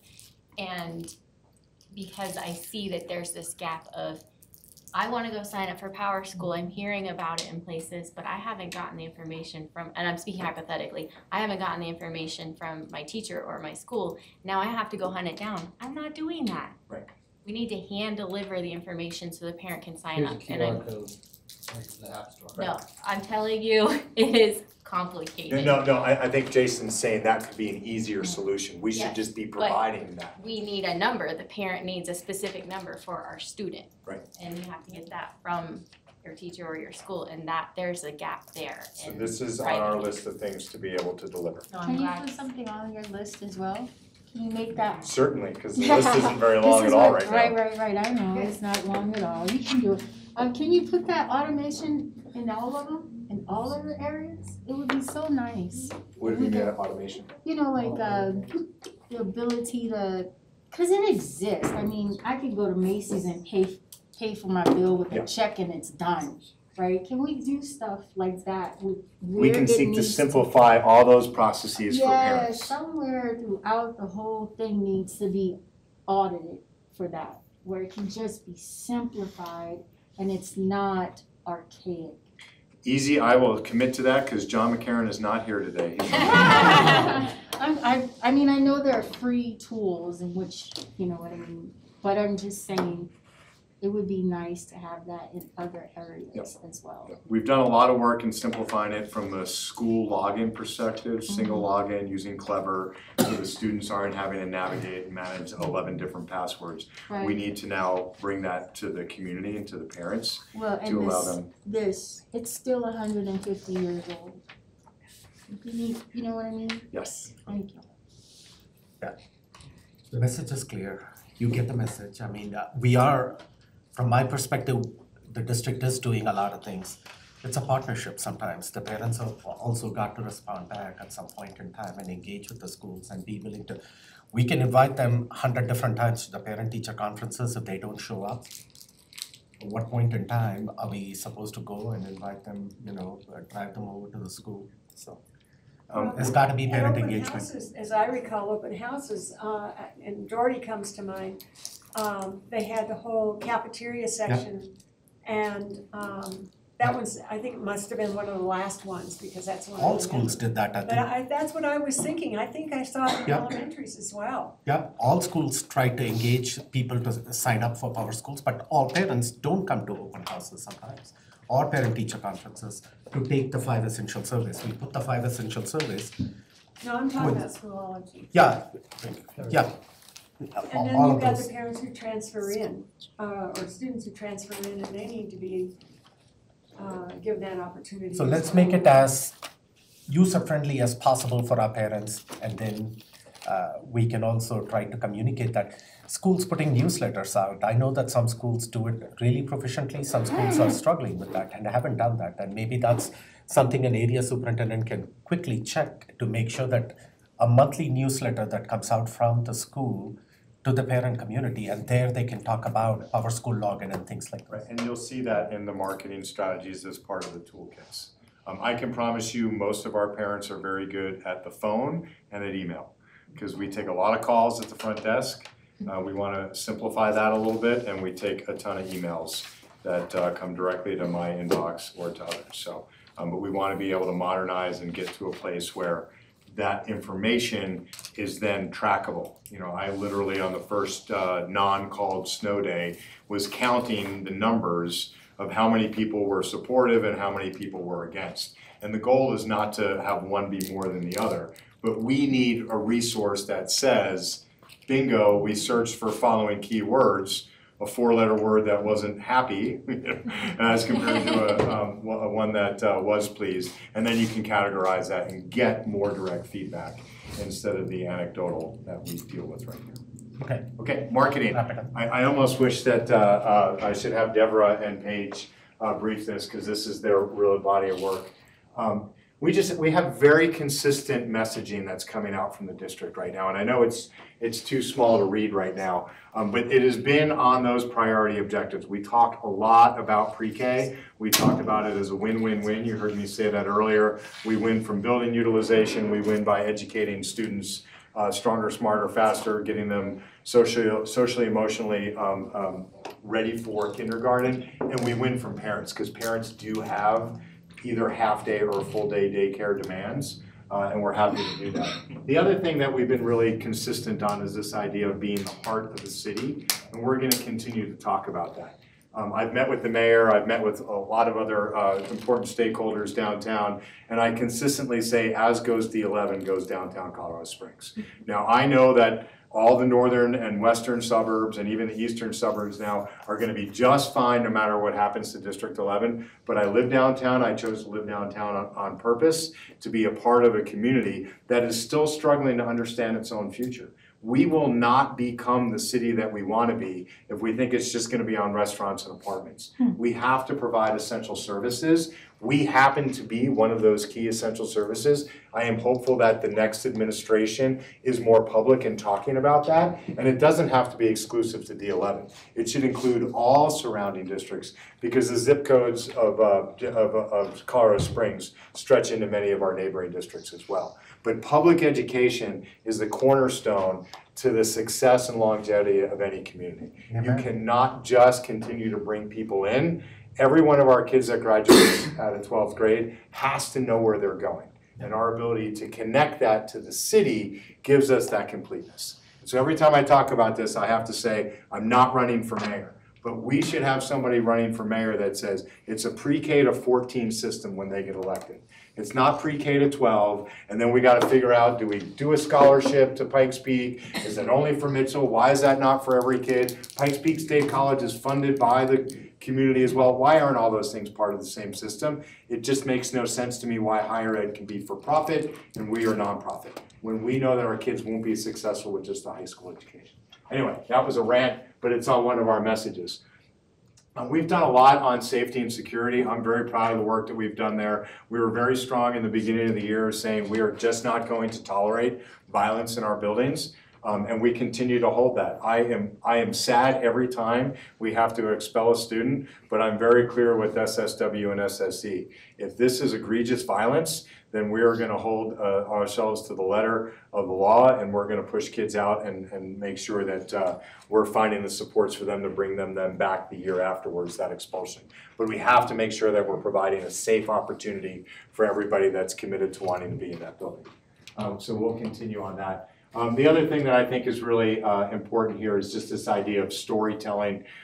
If you're not following us on social media, we're mostly Facebook, Instagram, and Twitter. Every once in a while we'll show up on LinkedIn. But if you just go to that page and just pick any of those posts, we go from macro events to these little tiny stories, these itsy bitsy stories about a kid in the classroom that if they don't move your heart, then you're just in the wrong one.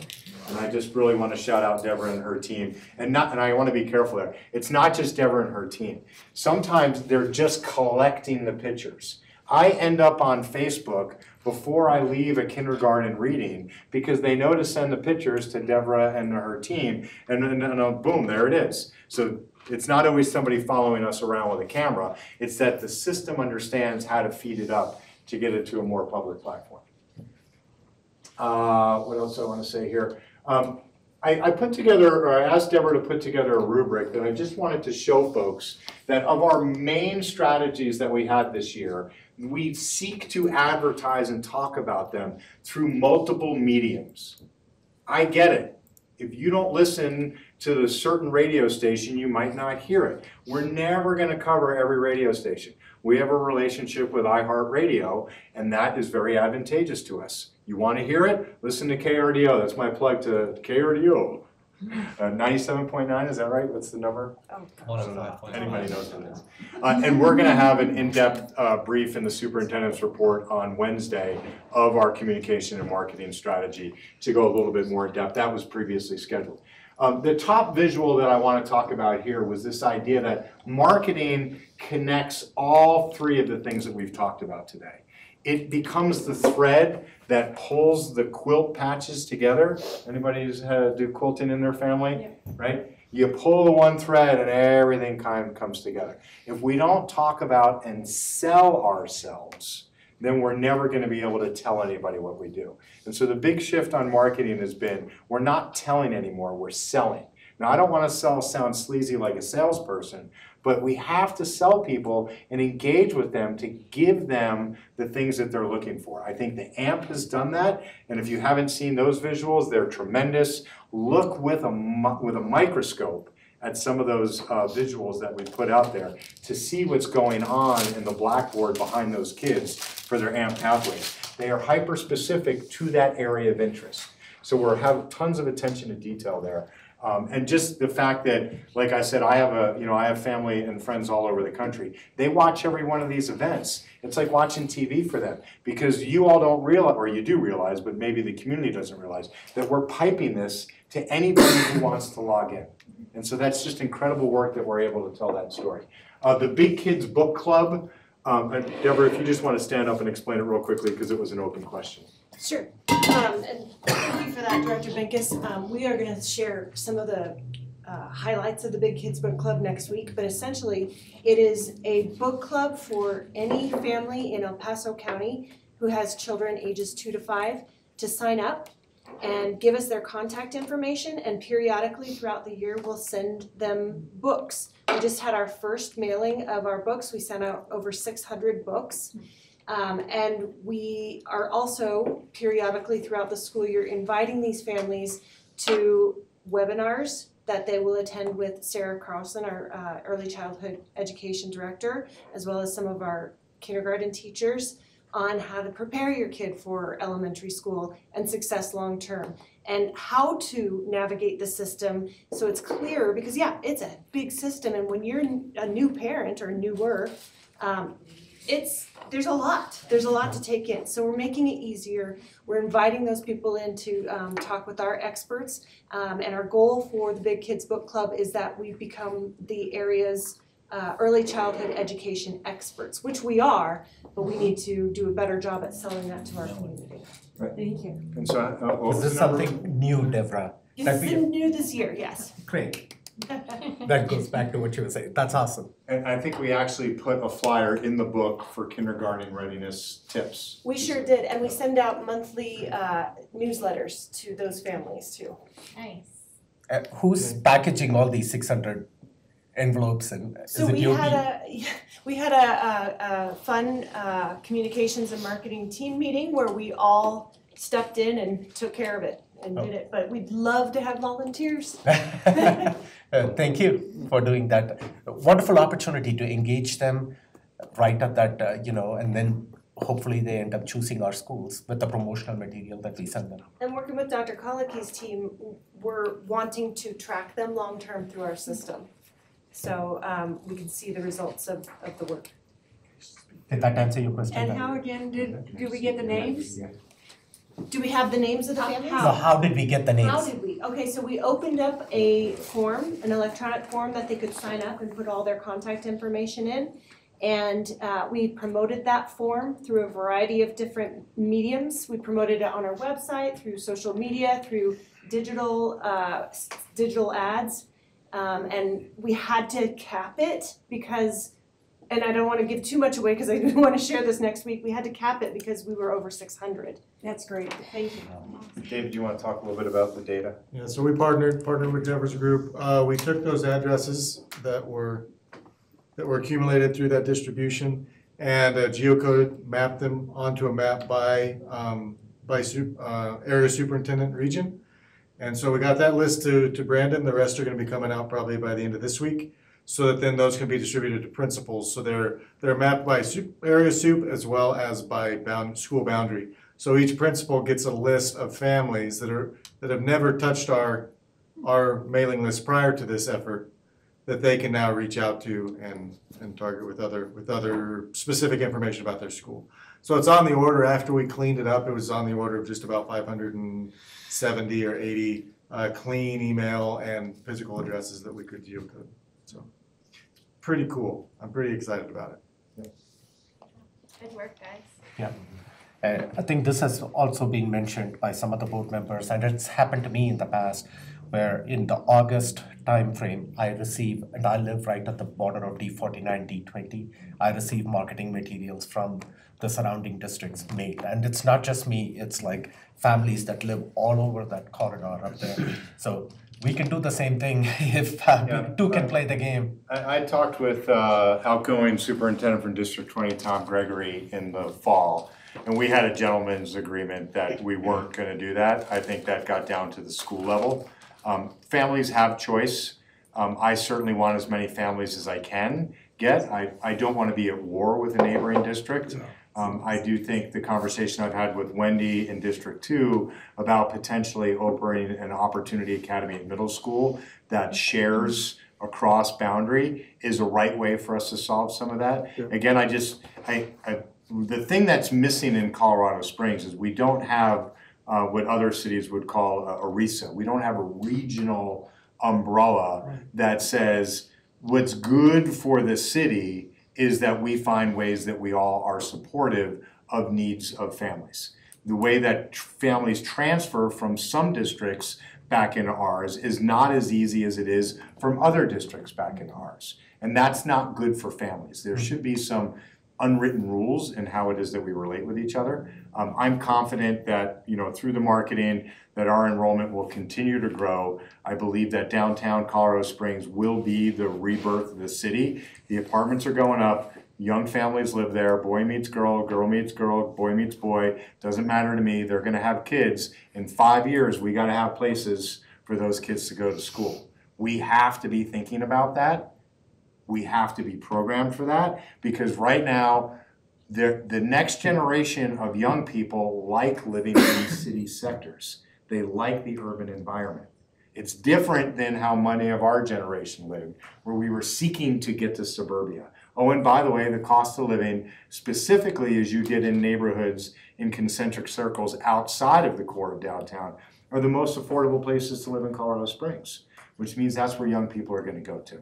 And so if we have Monroes, if we have Jacksons, which are schools that serve lower socioeconomical communities, but have high performing expectations and results, those will start to propagate and continue to backfill into the system. Okay, and so I just ended with, we are the heart of the city. So you can see, even by design, we look like a heart. We got that little bit down in the center, but we go up and high on both the west and the east. So. Good artwork. The one thing I wanted to kind of mention, I'm glad that you guys are doing that kindergarten, tapping into that, and what Scott was doing with the other end of the spectrum, that we can provide those learning opportunities. That what did we call it? The family night at Coronado. Yeah. Parent night, where we tap into those high school students and tell them right at the very beginning, in the middle, as they are transitioning from 8th grade to 9th grade, all the opportunities that are available for them once they graduate out of high school, whether it's CTE program, the teacher learning program, what's the TREP, all those various opportunities. If we can have more of those opportunities at the high school level for parents, because I attended that and I found that completely valuable, and the auditorium was packed with people, and we can do even better than what we did out there. Got 3 more lined up. Okay, thank you. Any more feedback? Can you define the D11 ambassadors? So we are focusing on schools right now that are on the lower enrollment end of the spectrum. And our team, well, it's Paige who's been going out and targeting these schools to train. I can't hear you. I'm sorry. We've been targeting the schools that are on the lower enrollment end of our spectrum, and they are the priority schools where our team, our marketing coordinator, goes out to train their teams on how to build their ambassadors. People who know how to give the elevator speeches about their schools. People who, and draft those elevator speeches so that everybody's speaking the same language. Because I think so many times that we go into a school environment and we have all these great people who are willing to speak about the school. They just don't know how to do it and how to get it out there and how to broadcast that. So that's what we're doing, is building our brand ambassadors, our school ambassadors, so that they can speak effectively and efficiently about their school. Is the staff? Yes, primarily right now, but we will be expanding it out to SACs and DACs and PTAs. Thanks. Yeah, and there is power in that. Teachers and school staff are the most respected people, and when they communicate positive messages in the community, and sometimes I see great positive messages out there, on the other end of the spectrum, sometimes I see negative posts talking. These are staff members posting negative stuff about schools, and that resonates with our community too, so hopefully they can be these positive ambassadors for our schools. I'll also add, under the goals, increasing enrollment by 2% of current enrollment by July 1st, 2023 through the development and execution of district-wide marketing plans. Bringing charters on board is maybe fine, maybe we don't want all of them. I have questions, some are great, and some are just like, why would we bring that? When I think of increasing enrollment in the district, I'm thinking to the schools we have, the amazing programs we have, and that we anticipate having. So I'm gonna say, I'm glad to see that section, and I hope that that continues as a goal. Yes, and so like I said, it's a three-part strategy: gain, retain, and rename. I feel very strongly that the market has told us that one sector or the other is not going to win or lose. And so we can think differently about it. We do have clear opportunities to increase our own enrollment. I don't know if that is against charter enrollment.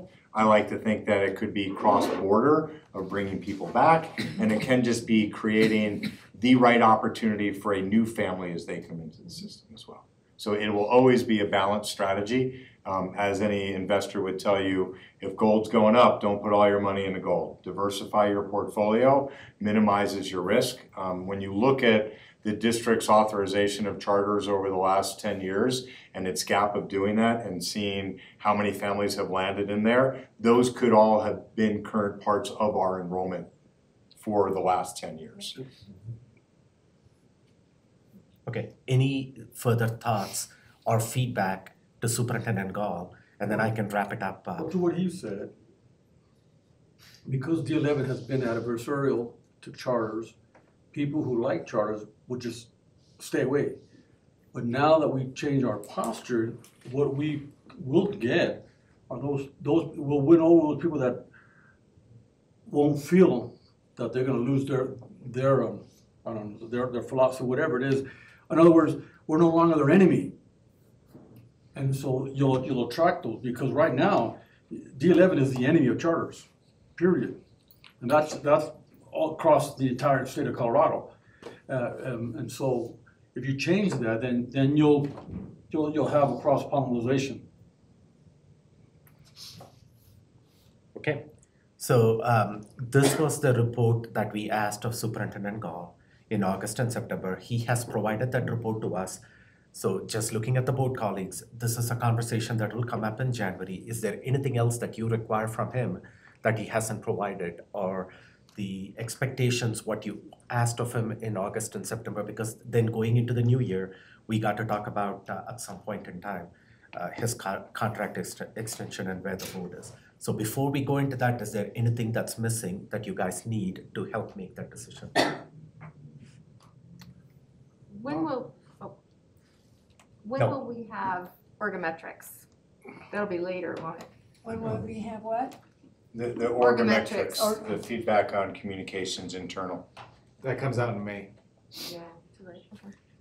Okay, the one data that's missing is the mid-year assessment report. Those are happening right now in our schools where the students are taking the mid-year evaluation, and then at some point in January, you're going to circle back and compare the beginning of the school data to the mid-year data. Absolutely. Yeah, that is coming up, and that will come I up. plan the second work session for that in January. Okay, so having seen that, so I'm assuming all the board members now are on the same page that we got the report that we wanted. So going forth to the actual process, that takes place. His contract calls for a mid-year evaluation by the board.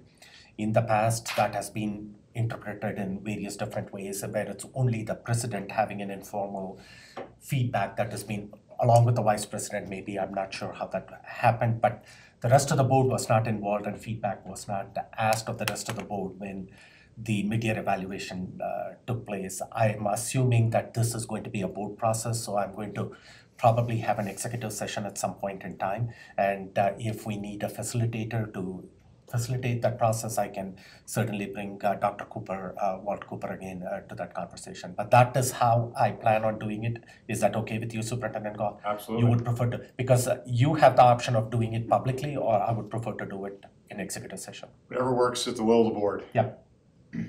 Any feedback that you have for me on that? So when we have that executive session, we can provide direct feedback to Superintendent Gall on some of the things that we expect for the rest of the year, some positives that we've seen, some opportunities for growth. And what Sounds was good. the timing?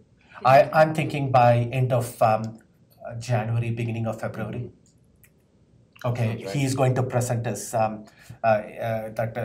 we have a couple of things in the beginning of January. We already have a work session scheduled for the charter school discussion. So I'm thinking probably the second meeting in January. So January 25th around. Yeah, I don't have the contract in front of me, but I think it said that you needed to tell me if you were seeking to renegotiate by February. February Since if you 15th, I didn't- think, or Yeah, if something. you didn't want my services, it would take me months to apply to other districts, because it's just not a 30-day process. And That's- it's mutual, Superintendent Gall. If we are going in a different direction, it takes us months to hire a new superintendent too. That's So- where I was just gonna throw in that, is there a way that we could do it sooner even? Because I'm sure you would appreciate having a contract, Okay. If that's the direction we're going, and if we're not, then we would like to have If that as is the an will of the agreement. board, I can certainly look into having that in the middle of January. As soon as I can find a open spot in our schedule to have it scheduled as an executive session. Didn't we just say that the testing is being completed before Christmas break, and that I'm assuming we'll be able to get results by the middle of January? So I wouldn't like to do this until after we get results. I want that data. And then time for him to adjust it and process it. I'm okay with the original timeline. As long as it's by the date of the contract, then we're fine. So end of January is what I'm looking at. Okay. End of January, we'll have an executive session scheduled around that time to discuss this. And I truly appreciate all the work and the commitment that you have put into it, and the direction that the district is going in, the focus that we have, all revolving around the board priorities. Even some of the metrics that we have as far as enrollment stabilizing at this point in time, central administration leaning in and providing that support at the school level.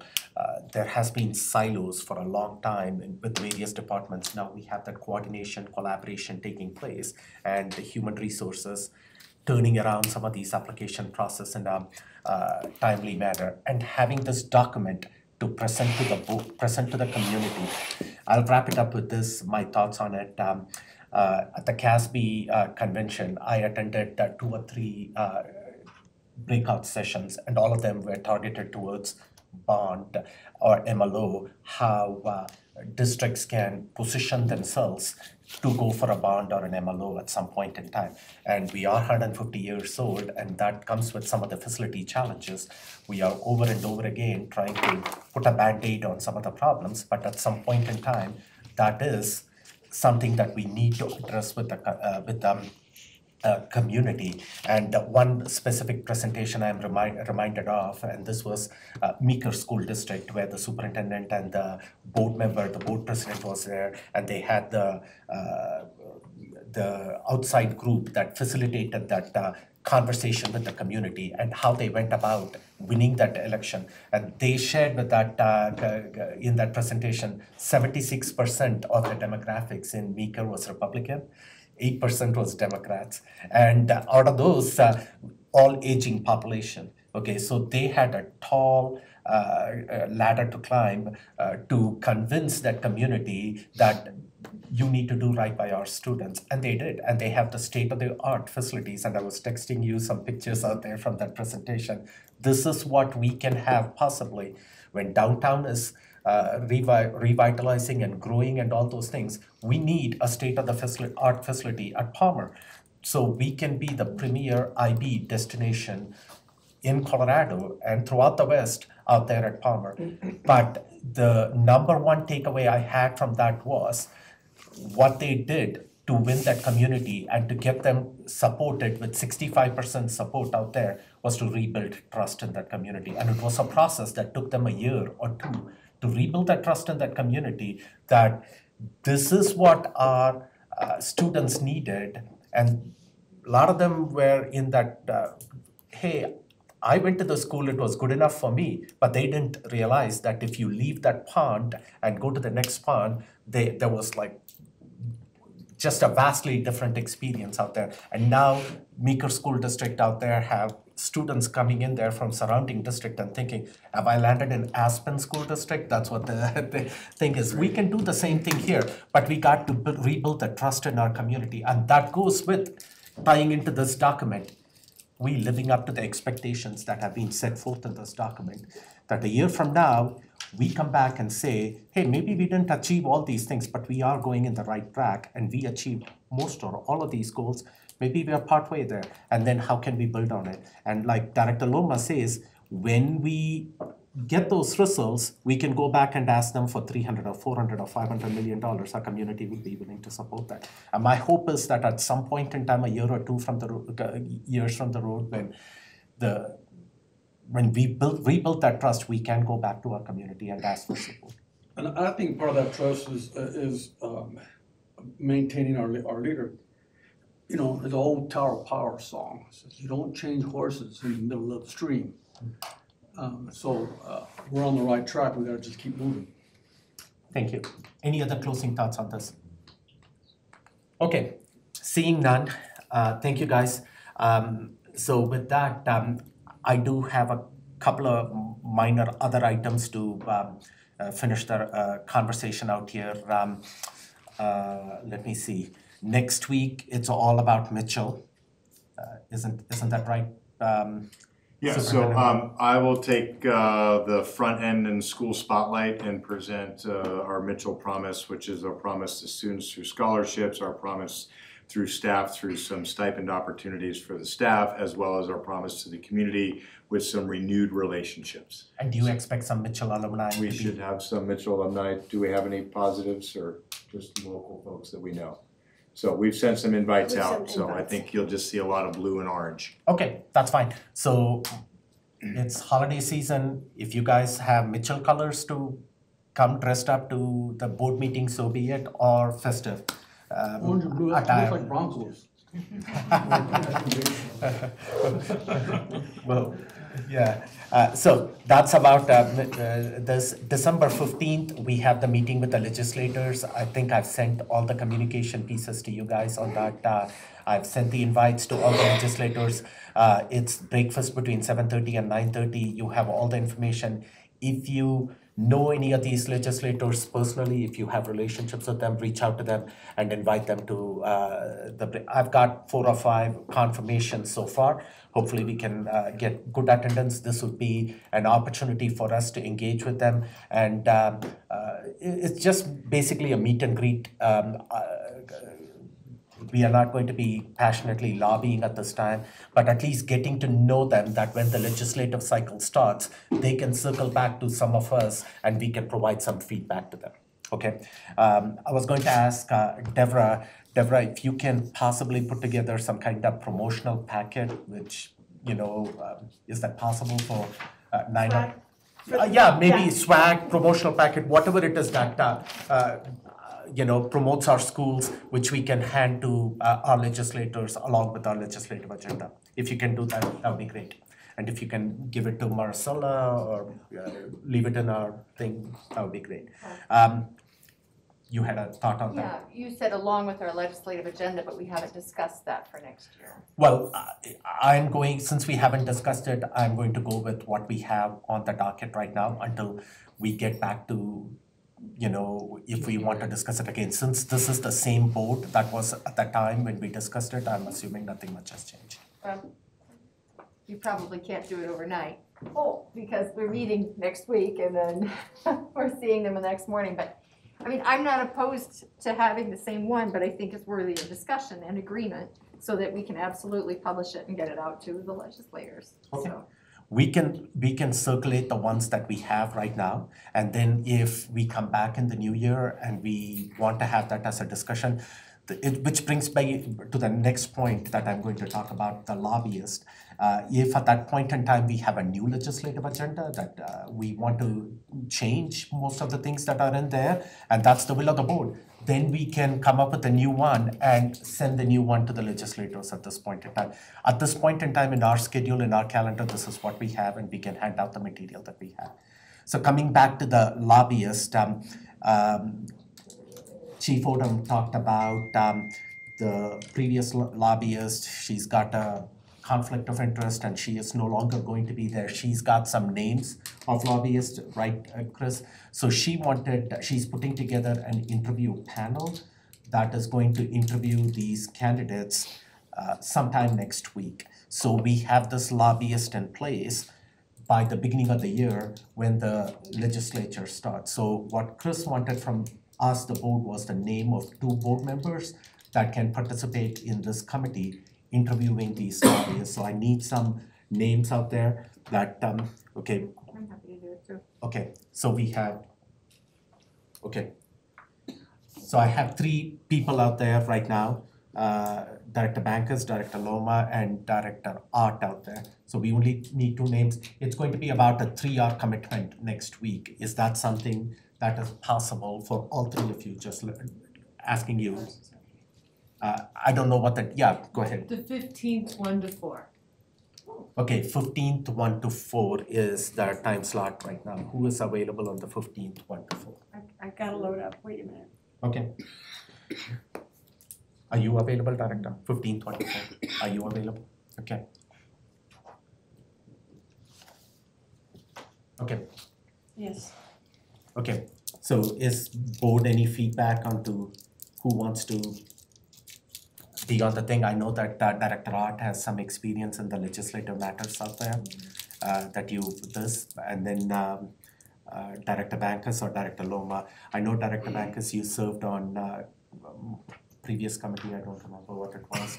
You want a finger fight for it? No. Russell? Rock, scissors. Russell? Okay. Any feedback from the board? Okay. We'll figure it out. I will send you the names, Chris, the 2 board members that will participate, 15th, 1 to 4. Yes, sir, thank you. Okay. That's all I have. I think. I don't expect our agenda to change because absolutely, everything on it is pretty solid about, what this board wanted. And so I don't expect it to change. I'm not objecting to that. I just want to make it clear. But we do need to agree and just, check the box at a minimum. Yeah. That's what we want for next year. And Maricela is waving her hand. She must have something to add. So what I was going to, thank you for bringing that back. So when the lobbyist gets selected, and Chris talked to me about this on January 4th, we have a work session, and probably we are going to bring that lobbyist at that point in time, whoever we end up choosing, to meet with the board for about 20 minutes or so. And at that point in time, we can also circle back to the legislative agenda and talk about, is this what we want to go with, or is there something that we need to revise on it? Okay. So it's on the. I'm gonna check with her just in case Yeah. there's anything else. What is it? According to Board Policy BJA, it states that the Board of Education annually shall adopt the legislative agenda, therefore you will need to put it on for formal action. Okay, we can do that. Once we have that work session in January and meet with the lobbyist and the board decides that's the legislative agenda that they want to adopt with any revisions, then we can follow that up by adopting it formally in the board meeting. Okay? Yep, thank you. Perfect. That's what I was thinking of, that there was some requirement. Okay. Perfect. Okay. Thank you, guys. With that, we are adjourned at 6:37 p.m. Record time.